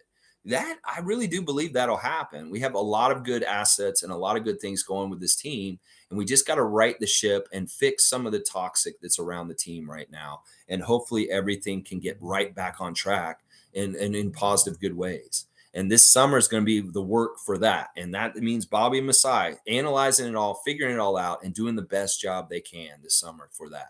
And Jason's here. Good to see Jason Williams again. Scottie would have been an all-star for sure if the offense was ran through Pascal and Scottie and not Fred and Pascal. This is an interesting brain exercise, and I'm not going to just dispute it and say that it's untrue, but in some ways we can't say that for sure. We really can't. I mean, this season we have not been good enough to get to all-stars. So in some ways that wouldn't have happened because of that. Pascal for sure was our all-star this year. Now, I know what you're saying. You're trying to say, well, if Fred wasn't such a big role, Scottie would have a bigger role and he'd get more shine. But I don't know if that's true. In some ways, we saw Scottie with the bigger role at the beginning of the season and he failed. And that's part of the reason why we had to revert back to Fred being what he's doing now, is because Scottie is not totally ready to get the training wheels taken off and ride the bike by himself. And that's part of the problem with this logic, is that I don't think Scottie was ready. He's not ready to do that or step into that big of a role on our team. Everybody else can look at it and say, oh, I think he's ready, but you don't know. We don't know. Nick and Masai and himself know the best. And I think Scottie's actually pretty pleased with his development. Like I said the other day, even though he got an offer against Charlotte, what I was talking about the next day was the fact that in 2 years of the NBA, Scottie has accumulated certain stats above on all the categories that puts him in a level with all-around play, like with crazy, really good players like Luka Doncic. That in some ways, Scottie's stats in the first 2 years with rebounds, assists, points, blocks, steals, and even his three-pointers made, he has a whole all-round kind of game that's putting him in a level with certain guys that are, not everybody gets the steals and the blocks and the rebounds and the assists. That's what's so special about him. He's an all-round stat stuffer, and he's not necessarily a scorer. He can be a scorer, and we could probably use him as a number one at some point in his career. But for right now, he's a glue guy that stuffs the stat sheet with rebounds, steals, blocks, whatever needs the winning play at that moment. In fact, that's what he says over and over again. My job is to do the next winning play. My job is to do the next winning play. And that's all he cares about. I don't think he would have gotten it. He wouldn't have gotten it because we'd only have one all-star. There's no way we were getting two all-stars this year with this mid-ass season that we had. In fact, we only got one all-star as a replacement in the all-star game this year. So there's no way Scottie would have been an all-star this year. G's saying that means the defense would have focused on Scottie more too. He has gotten better getting out of doubles, etc., but he was struggling with that and had high turnovers when focused on. That's natural. Every young player comes in and they have to deal with what is Scottie saying in that interview he's in this week. Players in the NBA are very good. That if he's learned anything being in the NBA is the players on this level are very, very good. And, you may be able to do things at different levels of basketball, like college and high school. But when you get the NBA, they're bigger, faster, stronger. And some of that you have to adjust to that. So it's not like he can just come in magically and just take over and go crazy. Some special players can do that, but not many, not very many, very, very few. And maybe like once in a generation or a lifetime. And that's the thing. There's not everybody's going to be LeBron. And he has to get adjusted to the physicality, the size, and the speed of the NBA level and apply his old skills from FSU and high school and stuff and in a way over time where it can be effective to overcome those kind of things. He can do it. He has the skills, but it's not like it just magically happens. He has to get used to it and learn it. In some ways, he has to learn vet tricks to beat people. Siakam talked recently about fakes and different things he has to do because he's slower than the average player, but he has to do certain things to get his offense open so that he can make the shots. And that's something he had to learn over the 7 years that he's been in the NBA. Well, this is the things that Scotty's got to learn.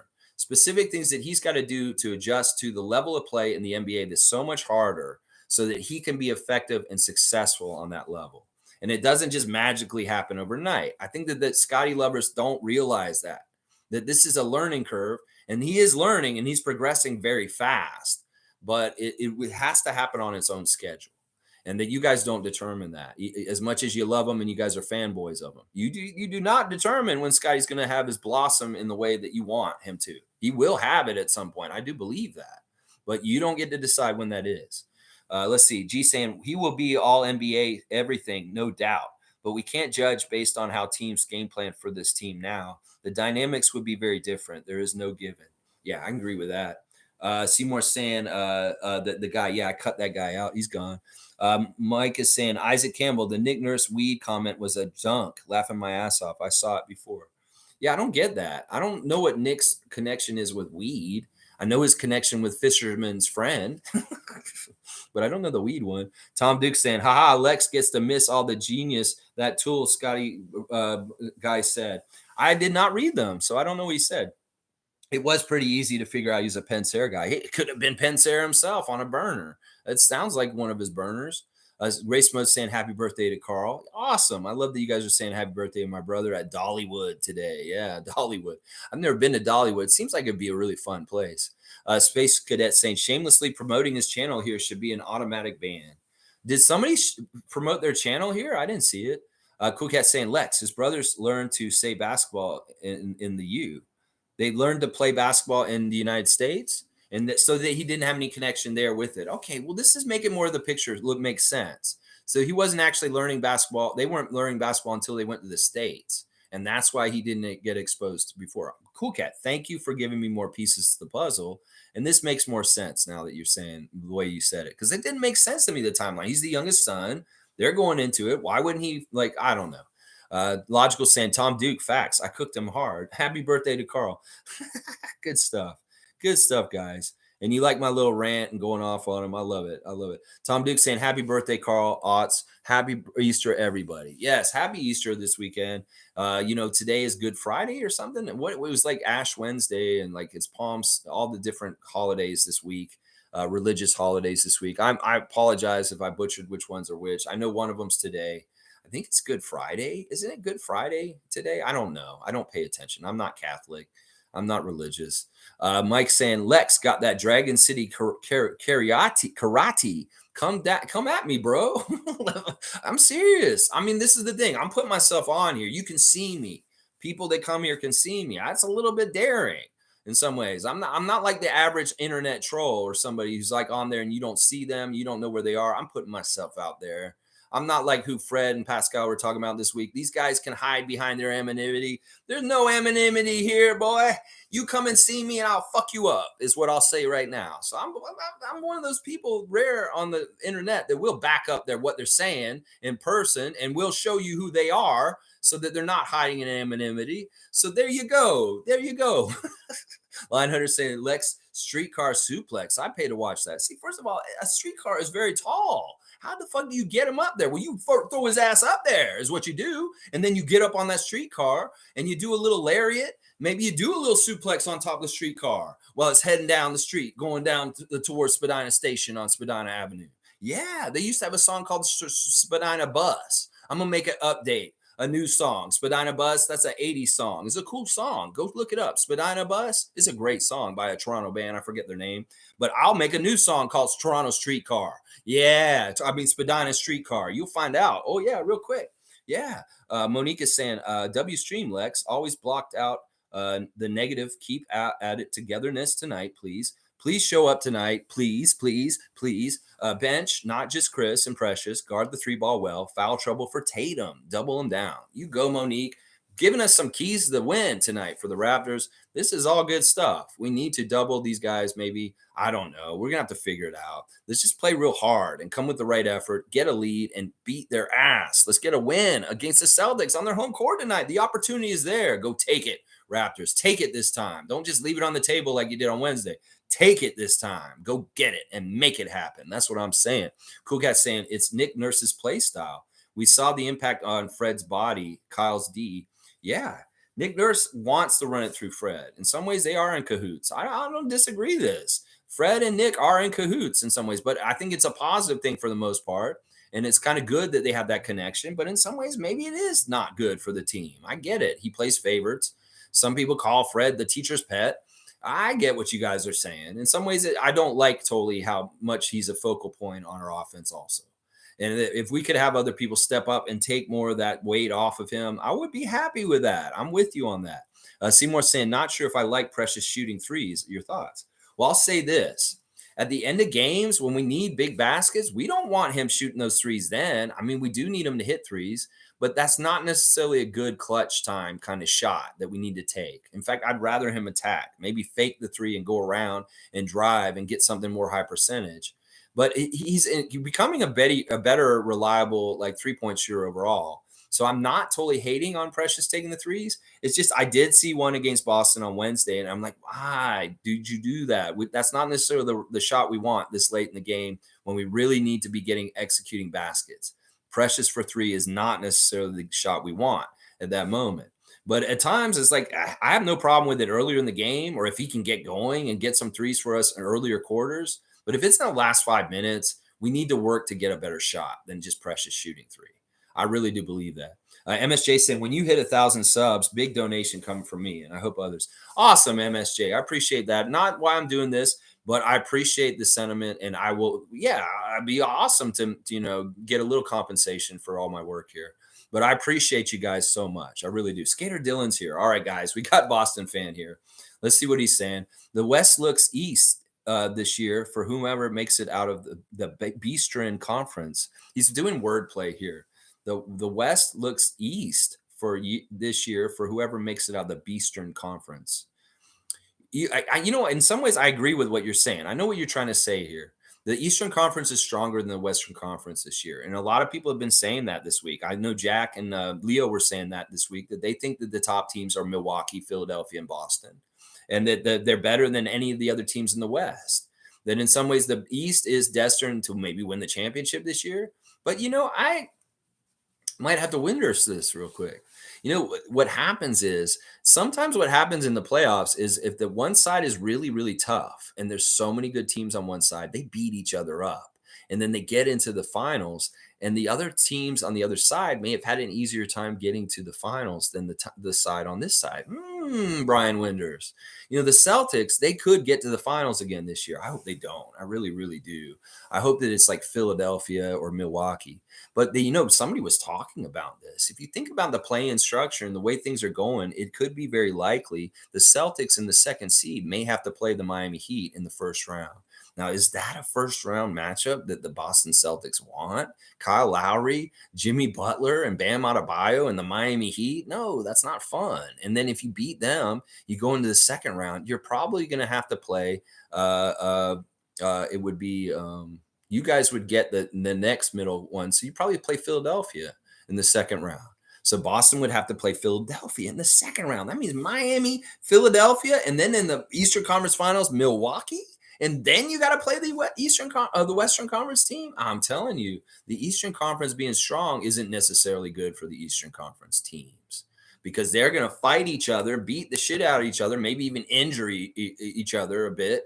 And that maybe the Western team may have an easier time getting through there with some of the midness over on the other side. And that the opponent on the Western side may be in way better shape when the finals come around.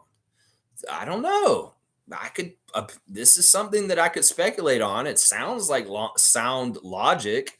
If the Celtics have to play the Heat in the first round, the Sixers in the second, the Bucks in the third, just to get to the finals, that's not easy. That sounds like the Leafs playoff gauntlet that they have to run. The Lightning and then the Bruins. And then, that sounds like Leafs stacked against them kind of shit. in some ways. So I agree with you. The East is very much stronger than the West, but that doesn't necessarily mean the East will win. Cool Cat saying, yep, FKU. Fuck you. We are Homerism at its best. What are you coming here for? Exactly. As soon as somebody says the word Homerism, it tells me so much. It tells me right away this is not somebody that is a fan. This is somebody who looks down on people that love their team. And that's a key word right there. It's a no-go. As soon as I see that, I'm like, yeah, this is not a good person. I can already tell. Mike is saying Isaac's Nick joke was pretty much saying he got high before the presser, and that's why he was an idiot. Oh, okay. Okay, I get what you're saying. Yeah, I don't know. That's weird. Isaac's saying W stream. MSJ saying Moxie Freivus. Freivus. I like that. All right, let's see. Monique saying, notice how Scottie's shooting the three more. I like that. Yeah, and you meant the West looks easy. Yeah, I got what you're saying, Dylan, but do you understand what I'm saying too? Listen, it's good to see you, man. I know it's been a little bit, and I know you're enjoying seeing your two favorite teams battle this week. And hopefully we have a good, clean game tonight. No dirtiness, Grant Williams. Why are you rolling into people's ankles and all the dirty stuff that the Celtics do? Let's have a nice, clean game. Nobody get hurt. A good, competitive, spirited game. The Celtics and the Raptors tonight. Bam, bam, bam, bam, bam. Second to the last game of the season. Yeah, I just wish you well, Skater Dylan, as a fan of the Celtics, but also a fan of the Raptors in some ways. I know you are a fan of both. Cool Cat saying, Raptor freak, I like Fred, his story and hard work. Understand that he's fighting to cement his legacy in the NBA with a rate of turnover. He is entrenched in flight mode, so it affects the team. Yeah, I think that's all fair as far as things about Fred. I like that you're saying that you do, because sometimes I worry. I know like some people just have like biases and different things that they don't like certain people and stuff like that. And I know you've been super critical of Fred this year, and I understand why, and I totally get it. And I tried to balance like understanding and listening to critics of Fred while also trying to stay supportive of him in the maelstrom of such crazy ass shit with Pensair and what he stirs up in our Raptors nation. So anti-Fred. So in some ways, I get it. I totally get what you're saying in some ways. And I think that some of this is actually positive. Like the fact that he's in fight or flight mode all the time is in some ways a very good thing, because that means he's on his edge. He's always on it, and that he's dialed in. And that's important. I think that's important. Cowboys here. Good to see Canadian Cowboy. Good morning, Lex and Raptor Freaks. Good. Happy birthday to Carl. I just jumped on. Hope all is well with you, Lex and Raptor Freaks. Gary's going to show up tonight, make smart passes, and find the open man. Keep the game simple. I love it, Bradley. And good to see you on a Friday. TGIF, Bradley. Hope you're safe if you're working today. And all the best to you and your young family and your newborn son from last week. I hope things are better and better, and the baby's back from the hospital, and just good things are happening. If that's blind homerism, that I show love and passion for other Raptor freaks and good fans like my good friend Bradley, so be it. Label me as a blind homer. A blind homer that loves this team and loves the fans that love this team also, just like Bradley, Cool Cat, Monique, Tom Duke, Isaac Campbell, MSJ, everybody who's here today. That's a blind homer is. A homer is for his team, for his hometown, and for his fan nation, his people with him. That is what I am guilty as charged. Yeah. Fiercely saying, I think you skipped my comment in reference to Embiid. I don't like him, but he deserves MVP over Jokic. Okay, I want to make you a moderator because I don't like that. If you have comments, Fiercey, I don't want them to be skipped. I read every single comment except for the section where they, okay, I did miss your comment. Now I see it here. I apologize for that. Despite the Nuggets being number one in the West, I don't believe Jokic was that impactful this past month or so. I don't like Embiid, but must admit he's been playing high caliber consistently this season. Yeah. Okay, I'm sorry I missed that, and I'll make sure I don't. You got a wrench now for sure. I think this is true. Jokic has not looked good recently, and that's really hurt him. And in reverse, Joel has had 50-point games against huge teams and won big games and done really big, huge stuff. Even though he skipped that game against Denver in Denver recently, Joel, it didn't matter. It's like Jokic has looked bad. The record for the Nuggets has gone downhill in recent weeks. And Joel has been still playing at a high level and being very dominant. So, yeah, I got to agree with this, too. As much as I don't like Embiid, he deserves it this year. And this is a crazy journey that we came from last season in the playoffs and hating Embiid so much to actually being Raptor fans that can actually admit that he deserves to be the MVP this year. So there you go. We're not that biased and crazy and homeristic that we can actually say we think Joel Embiid deserves to be the MVP of the NBA this year. And I'm sure our Philly friends that watch our channel will like to hear us saying this today. They'll be all about that.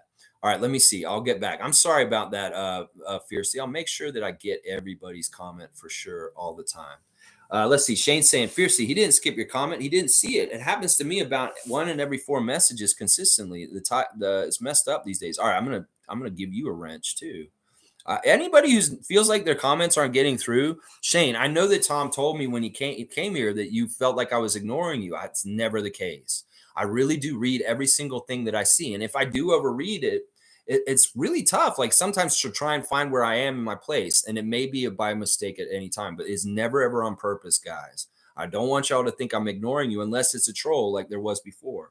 And if there are problems with this, you will get the wrench because I know that they can't cover up the wrench comments. So I'll wrench every single good person on this channel. If you feel like your comment isn't getting read, just tell me and I will wrench you up. So Shane, you got the wrench now too. So I don't want this shit happening to y'all. Y'all have important things to say. We got to make sure they go through. And fuck you, YouTube, for hiding their comments. There you go.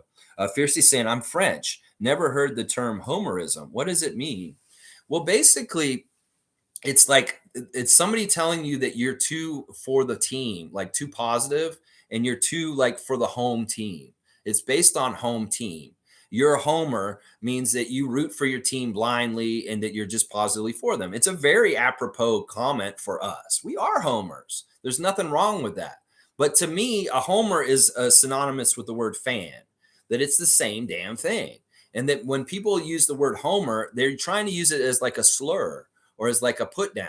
Oh, you're a homer. I shouldn't listen to you about your opinions on the Raptors because you're just a homer. You blindly think positively about them. So that's the whole phenomena of it, Fiercey. So they're basically calling us good, positive fans. But they say it in a derogatory way because they think that it's out of touch with reality and that we're pie in the sky and that we're not worth listening to because we're not realistic, is what they're saying. Well, that's not true. We can be very realistic homers also. And that's basically what it is, Fiercey. I hope that, hey, I'd love to hear this. I love educating people on, I'm very much an English person because I studied English in university. That was what my degree was in writing. And I love talking about etymology and words and different things about like why words and root words and why they are the way they are. And I love to have like a French speaker in here. Yeah, this is fun. Race Mode saying, see you guys at the parade. Let's go. See, Edmund is such a homer. He's already decided we're having another parade, even though I don't know if we're winning the championship this year. He's going to say, we'll see you at the parade. That is a blind homer right there. And that's you go Race Mode Daily. And listen, Scottie or Bus, if you saw Race Mode Daily's life, and you saw how happy and positive and so many great things going on in his life, you'd be like jealous. And you'd be like, man, I wish I was a blind homer too. Because blind homers have positive, awesome lives. And they're living their lives to the fullest. Because they're not jaded little fucking trolls like you, motherfucker. That's right. Yeah, Mike's saying fiercely. It means loyalty to your team and believing they will be good. Yeah, that's what I'm saying. That's what I'm saying. Country Kong's here. Good to see Country Kong. Good afternoon, Raptors freaks. Happy Good Friday. It is Good Friday. I knew it was like Friday is the Good Friday. It's Friday, yeah. Game number 80. Let's go. 40 and 40 is so weird. Hoping the Raptors can avenge their last game and get a big win for us tonight in Boston and send a message. Let's go Raptors. I love that sentiment so much. That is such a homeristic sentiment, Country Kong. Ooh, how dare you be a homer, Country Kong, and love your team and root for them tonight against the Boston Celtics. How dare you? The audacity of you, Country Kong, of being like positive and loving the Raptors. Oh my gosh, such a horrible person. Somebody who shouldn't be heard from because you're such a blind homer, Country Kong. Oh my gosh, you go, Country Kong. Don't ever change. Tom Duke has got the wrenches. He's throwing them out there like Oprah. You get a wrench, and you get a wrench, and you get a wrench. You get a wrench. He's doing it just like Oprah. I know he is. I can read that. I can read your language. We all get wrenches. Yes, we all get wrenches. See, Shane's in blue now. He's in blue. Totally know you ain't skipping me on purpose. Tom took a screenshot to show me you couldn't see my message. Love and respect, Lex. Bam. Well, we were speculating, Shane, because you were out in BC and you have a bit of a rural drive and around. We were wondering maybe if you were sending the messages and you were just not linking up with the internet in time for it to come through and see me. We were trying to figure out why it wasn't happening in the way. And it is YouTube kind of bullshit, but we're going to make sure this doesn't happen anymore. You get the wrench. You know what? We're going to get Cool Cat a wrench right now too. Wrench up Cool Cat also. Bam. Cool Cat got wrench. You know what? You get a wrench too. You get a wrench too, Infamous. Wrench for Infamous. Bam. Oh, wait. I'm not going to give one to Mike though. We already talked about giving one to Mike and why. Mike is such an overpowering good person on this channel. All right, Leslie's getting one though. We're giving Leslie a wrench. I'm sorry, Mike. It's nothing against you, man. It's just I know you would really write a lot if you had no filter. In some ways, the wrench doesn't make you have to do the time limit or anything. You can write as much as you want. So, but we love you, Mike. Understand that. Isaac, you want one? Isaac doesn't need one. Isaac's fine. Isaac's just a strong, good Raptor freak, and I know his messages are going through. If they aren't, Isaac, you tell me. All right, let's see. Cool Cat saying, Raptor freak, Pascal's dad died, never seeing him play in college at New Mexico. Holy shit. So he died even before that. Oh, that sucks. So he didn't really get to see him realize the NBA dream that he wanted to show him. Dang, that sucks, Cool Cat. I didn't realize the timeline exactly. So he never saw him on a court, never seen the possibility, gut-wrenching. Pascal, the leader of his family for his dad and his legacy and his culture. Wow. Pascal's dad, you know what his work was in? He was the transit authority in Cameroon. His job was being in charge of like the TTC for them over there. Isn't that cool? Like you didn't know that about Pascal's dad. He was very much involved in the government and transportation. And he was in the transit authority over there in Cameroon. That was his job. That sucks. That sucks that he never got to see any of that. Like he didn't even get to see him make the New Mexico. Holy crap. So he definitely didn't get to see the championship or him make the NBA. Oh, man, but he's up there. He sees it. I know his dad's up there and he sees what he's doing. He has to. Oh, my gosh. We know he does. Infamous is saying, salute, freaks. You are so right. Scottie wouldn't want us to turn on his teammates. He may be thinking they may eventually do the same thing to him in the future when he doesn't play well. That's part of what we don't like about this. And people on this channel like Cool Cat have warned us about. We don't want to show a behavior with people on our team because other people on the team will see us do that behavior to them. And they'll be like, well, what the fuck? They may do this to me in a couple years. This is totally true. That's why all the toxic fans that think they can be negative and come after the players and criticize them and DMs and tweet all about all that shit, just shut the fuck up because you're not doing anything good to help us get anywhere. In fact, you may be scaring people off from being here, but it's probably the same in all fan nations. It's just blanketly happening in every single of all 30 NBA teams' nations. Now, at different levels, it may not be happening as much in the middle of Oklahoma City, out in the middle of nowhere, as it is in a big metropolitan hub like Toronto. But that's what I'm saying. This stuff is in every fan nation. And it's true. The people that talk bad about Fred for Scottie, Scottie may see you say that and be like, well, when are you going to go turn on me and do that to me down the road? And that's not a good message. That's not a good message. Mike's saying slow mode is the new wave. See, he likes it. He's all about it. He's like, I like the slow mode. I like the countdown because I can go smoke my cigarettes. It's kind of what he told us before. Mike is like, look, he gets a rhythm with it. It's like Gary Trent needs a rhythm to his jump shot tonight. Well, Mike gets his rhythm in the comments from the slow mode countdown. And he very much enjoys it. In fact, he kind of gets it ready. I think it's kind of like, bam, I'm going to get this in right now when this is ready. Bam, and he's in there. Let's see. Leslie's saying, we would rather be homers than stands. Exactly. Yes. Yes. I mean, we can be stands and homers at the same time. But yes. And they're not even homers. They're trolls. I mean, they're not even like fans. They're trolls. They really are trolls. Some of them like to just trigger fans that care about the team. And that's why they say stuff. Oh, blind homers. They're trolls. They just try and get a reaction half the time. Let's see. W. Mike. Yeah. Infamous is saying, thank you for the wrench. You got it, Infamous. You're Infamous. Of course you can get a wrench. Just don't use it, guys. I gave all y'all wrenches not to be mods, but for a clear channel to be able to get your comments in for sure. Tom Duke saying, haha, Mike. nor Isaac don't get one. Isaac could get one. I could give Isaac one, but I don't want to make Mike feel like too weird because he's the only one who didn't get one. Leslie's got one. Monique's got one. Nick Nurse's message for tonight hopefully is the win.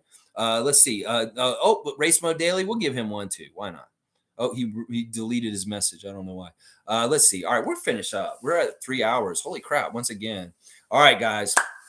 The real mascot matchup. The last time we saw the mascot, he's working in a convenience store, and Officer Brothers is telling Officer Malloy it's not the right Raptor working in this store. We thought it was, but it's not him. It's not him. Anyway, Officer Brothers is covering up for the Raptor and him not getting in more trouble because he feels like he's unjustified in like the charges. That he doesn't think Officer Malloy, he just has a vendetta against the Raptor, and he's coming there. And seriously, he doesn't believe Officer Brothers for some reason. Like, fuck it, Tony, you better not be lying to me. It's like, Ed, it's not him. I swear. If it's not him, it better not be him. I'm going to go in and look. Like, Ed's like, no. And Tony's like, no, you don't need to do that. And Ed Malloy goes in, and he does see that it is a Raptor. And Tony Brothers tried to stop him, but he does catch him now. And he's like, oh, crap. And Officer Malloy is arresting him. Tony, you lied to me. I'm going to have to tell them about this. And stuff like, oh, come on, Ed. You don't need to do this. I mean, this guy's not even did anything wrong. Why can't we just let him go? Why are you all on him like this? It just seems wrong how you're profiling him and coming after him like this. And he's like, well, I'm really mad at him because I'm just Ed Malloy and I'm a jerk. And he's like, he's literally arresting him. And he's going to take him to jail, even though Officer Brothers told him not to. This wouldn't have happened if the Raptors had won on Wednesday, just so y'all know. And now he's going to ride off to jail with Officer Malloy. He has him finally. And he's going to take him to the holding cell. And that he'll be in jail like Will the Wizard and the Yak. The Yak is in jail right now. They already caught them. So we're going to have to find out next time on the Real Mascot Matchup, will there be any more luck for the Raptor in the situation that's going on right now? Can he find some sort of luck? Some sort of luck from the situation from Irish Ed Malloy taking him to jail. Yeah, we got to find out next time in the Real Mascot Matchup what's going to happen to the Raptor. The season may be ending soon, and the saga may be over soon. We'll have to find out. It's crazy. All right, that's the Real Mascot Matchup. All right, let's see. Logical saying, give everyone wrenches. I don't care. Honestly, with power comes responsibility. I'm too cool for that. Mike, you're a badass. And he's like, I'm too cool for responsibilities. Yeah, I'm just a hip cat. Yeah, Mike's awesome. Seriously, man, I've had wrenches on many channels and Twitter and stuff. I'd rather debate trolls. See, this is the thing. Mike he's like a wrench guy in like Clippers chats. And he's over there like talking shit with like other people in other fan nations for us. That's why Mike is really a real one. When he says Project Truth, real ones, he means it because he walks the walk and he is very much a leader in Project Truth and fighting the good fight for the Raptors and the perception of it. In fact, I appreciate Mike so much. We are like brothers in arms in the YouTube community trying to fight this good fight. And Mike is a seriously good person at fighting this fight because he comes at it logically with facts and all kinds of ways to support the things that we want to get across to people. And I really, really do utterly appreciate Mike in so many ways. Isaac saying, shout out to the wrenchless homers of the freaking world. Too many wrenches marathon on the 13th hour of the stream. That's the thing, too. People will come in here and they'll be like new and they'll be like, everybody has a wrench in here. What is this? I want to leave a couple of y'all that don't have wrenches because then they don't think they're like, oh, it's just all his mods are in there with them or something like that. I don't know. Not that I really care about that, but it's kind of crazy. Raptor Freak, I think 30 to 60 minutes live session. Allow comments for the first 15 so you can finish on time. Raptor Freak, don't apologize. We're all emoting real time. Did you see Scotty's NBA app interview? Awesome clip. I saw little clips of it. It is awesome. He talks about Canada rooting for him again. There's a lot of cool stuff in there. And the cool thing was I saw that Florida State, my old alma mater and Scott's alma mater, were also putting his interview on blast. You know, the Florida State Nation down in Tallahassee still very much celebrates Scottie, and they are watching him up here in Toronto, and they are very much enjoying his career, and they're very, very proud of Mr. Barnes and what he's done so far in his first 2 years with the NBA. So, yeah, I think this is a great suggestion, Cool Cat, and I really am going to start thinking about this. I mean, the comments all the way through, there may be just a period of time where we have comment section open, and this could really be a way where I can trim the fat and cut down my stream times. is to have certain rules like this with where we just have the comment section of the show where I do the comments and they're just open for just this period of time and that's it. In fact, I may ask Tom Duke as a producer on this channel to help me with when a window is open and closed, and maybe he can signify it in the chapter and say, all right, the comments is open. Well, it'll be open just randomly at the beginning, but then Tom can say, all right, no more comments here. It could be that he measures how many comments I got to read. And then he says, all right, guys, this is enough. We can't go any further. But maybe we'll have allowances for retorts and rebuttals. If specifically I'm like talking to you guys and there's not something clear, I may be like, well, Cool Cat, could you elaborate on that? Or could you give me more on what you're saying? And then we can add on more comments after, even if this limit is over. I don't know. This sounds like a plausible, good possible way of cutting it down from like 3 hours to like maybe an hour or 90 minutes. I don't mind doing a 2-hour stream. The 3-hour ones and more are a little bit more draggy, but like 2 hours seems like a good time. Maybe even just an hour is good, but it's going to depend. And we can maybe really work on this summer and the off season on how we do this and figure out the system. So we'll have to see. Great suggestions, Cool Cat. And I'm probably going to use them. I really will. Race Mode saying, I'll bring a wrench to Chinatown to meet with any Pensera people. I'm not stressing in these last 4 games. We're further along than how we started the season. I'll let the Nick Nurse comments pass. You go, Race Mode. Always good to see Edmund in here. He's just awesome. Edmund just seems like such an awesome, cool dude. And your boys look like such great young men coming up. Just awesome stuff going on for Edmund. Tom Duke's saying, he's saying rock star, the real ones. I love it. Fiercely saying, can you set it up in a way to stop commenting after 15 minutes or so? Yeah, Tom will probably do that for me. Like I said, Tom's already managing this to a degree. Like, and y'all didn't even know it. Like, these are kind of the things we talk about behind the closed door in the production. It's like Tom's kind of always like, he cuts his comments if I go over time, and he's kind of encouraging people. He may even write in there, all right, guys, no more comments. And he's already done that in the past before. So we'll probably be able to figure it out.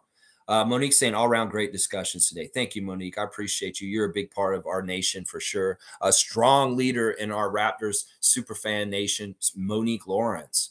Very much. Tom saying we have to get that 1,000 subs, opens it all up seemingly. There'll be things like polls. We can get 1,000 subs. I'll be able to do live polls while we're on, and you guys can vote on things, and we can really test and see where our opinions are on certain subjects related to the Raptors. I'm excited about that. Mike is saying Twitch moderations, but I find them trying to cut and paste bad theories together. I can go the process, just not the data. Later skills up. Cool stuff. Sub up your kids and parents. All right, let me just do the rundown, finish up for the stream, and we'll get out of here. Well, real quick, Pascal was really good on the Draymond Green podcast yesterday. If you guys have not watched it yet, it's about an hour. Siakam really putting it all out there in an honest way. Just fantastic stuff. You look really good, Siakam. I think you're making a good, strong case, and you're pushed to get an All-NBA selection this year.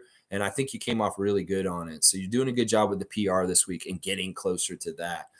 Tom is still below Duke Rocks in the Yahoo Fantasy League with only 2 games left. It's really looking like Duke Rocks is going to get that UNC signed Vince Carter jersey very soon. So Duke, be ready to tell me your address so I can mail it to you. I really appreciate you playing and you guys playing all year. It was a lot of fun.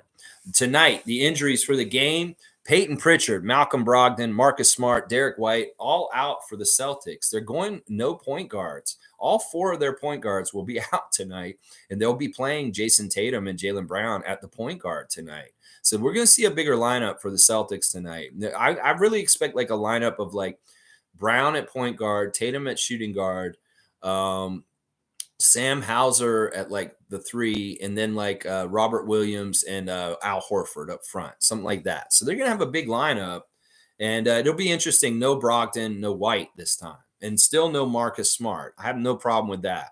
Now, on our side, there's no injuries. Nobody's listed other than Otto Porter. So we have our full team tonight. This is really good. Our referees tonight are David Guthrie, Brandon Adair, and Jason Goldenberg. The last 2 very friendly, good refs for us. Jason Goldenberg and Brandon Adair are so nice to the Raptors. They're good luck refs for us. Now, Guthrie, he's a problem.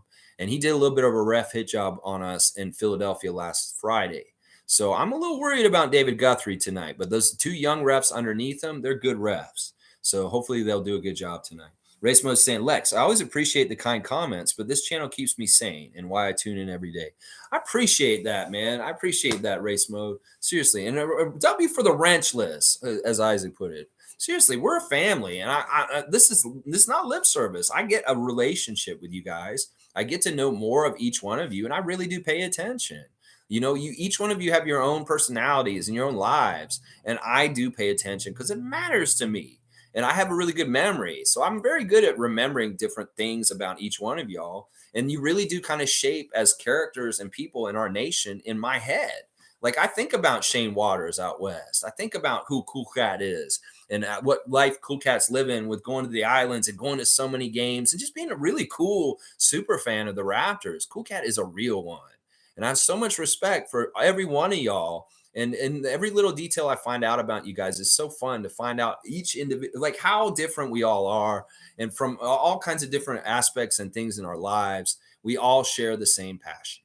And that is the thing that matters and bonds us the most. And in some ways, it's like, look, I haven't met half of you guys in person or in real life, but I really do feel like you guys are my social group and my friend group. And in some ways, we're bonded in ways that it's just like we would be if we were in person and knowing each other face to face. When Tom came here, that really did open up my eyes to this. That, Tom is like my brother. It's instant, easy friends. Like we have a lot in common. There's a lot of things that we share in belief systems as far as with the world.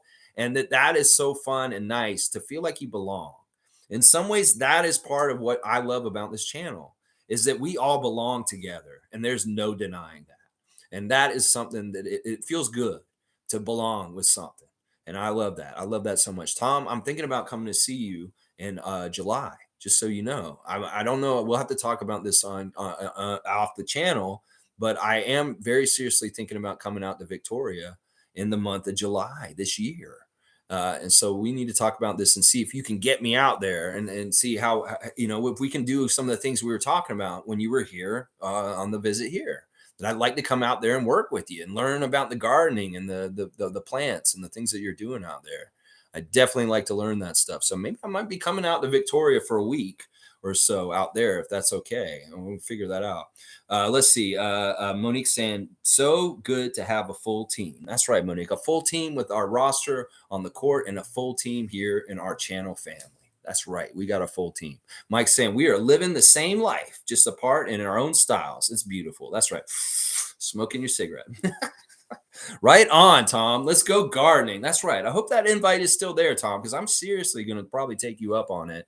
I've already been figuring out my schedule this summer, and we may be doing some Raptor Freak streams in BC this summer. And hopefully we can get Joseph Starks and Shane Waters to come over and hang out. Tom says for sure. All right. I love to see that. All right, guys. Have a great Friday. Raptorize your day. Do it the right way. It's TGIF, but we have business to take care of tonight. There's only a couple games left in the season, Raptors. And you guys are not at 500 yet. You got to win one more out of these last two to get that 500 mark for the season. We're 40-40. What a weird record. I've never seen a team with 40-40 as a record like us. I've never seen us at 40-40 like this. This is so weird. All right, y'all. Have a great day. Please like, comment, subscribe, and share. Help me get to 1,000. I get a little closer every single day. I get a couple more here and there every day, and it's awesome. Thank you, Cool Cat, for the privilege of knowing you. Seriously, listen, I may have made this channel, but this channel is about us. It's not just about me. It really is. We are all Raptor freaks, and we all really love this team. And that's why we need this. Think about how toxic this season is and how hard it would have been to keep a light shining this whole season if we, in some ways, didn't have this channel. It would have been really tough. I know it would have been for me. So the therapy and the talking and be able to express things and talk to you guys has been so helpful in getting through the ups and downs of this year. All right, y'all, let's go.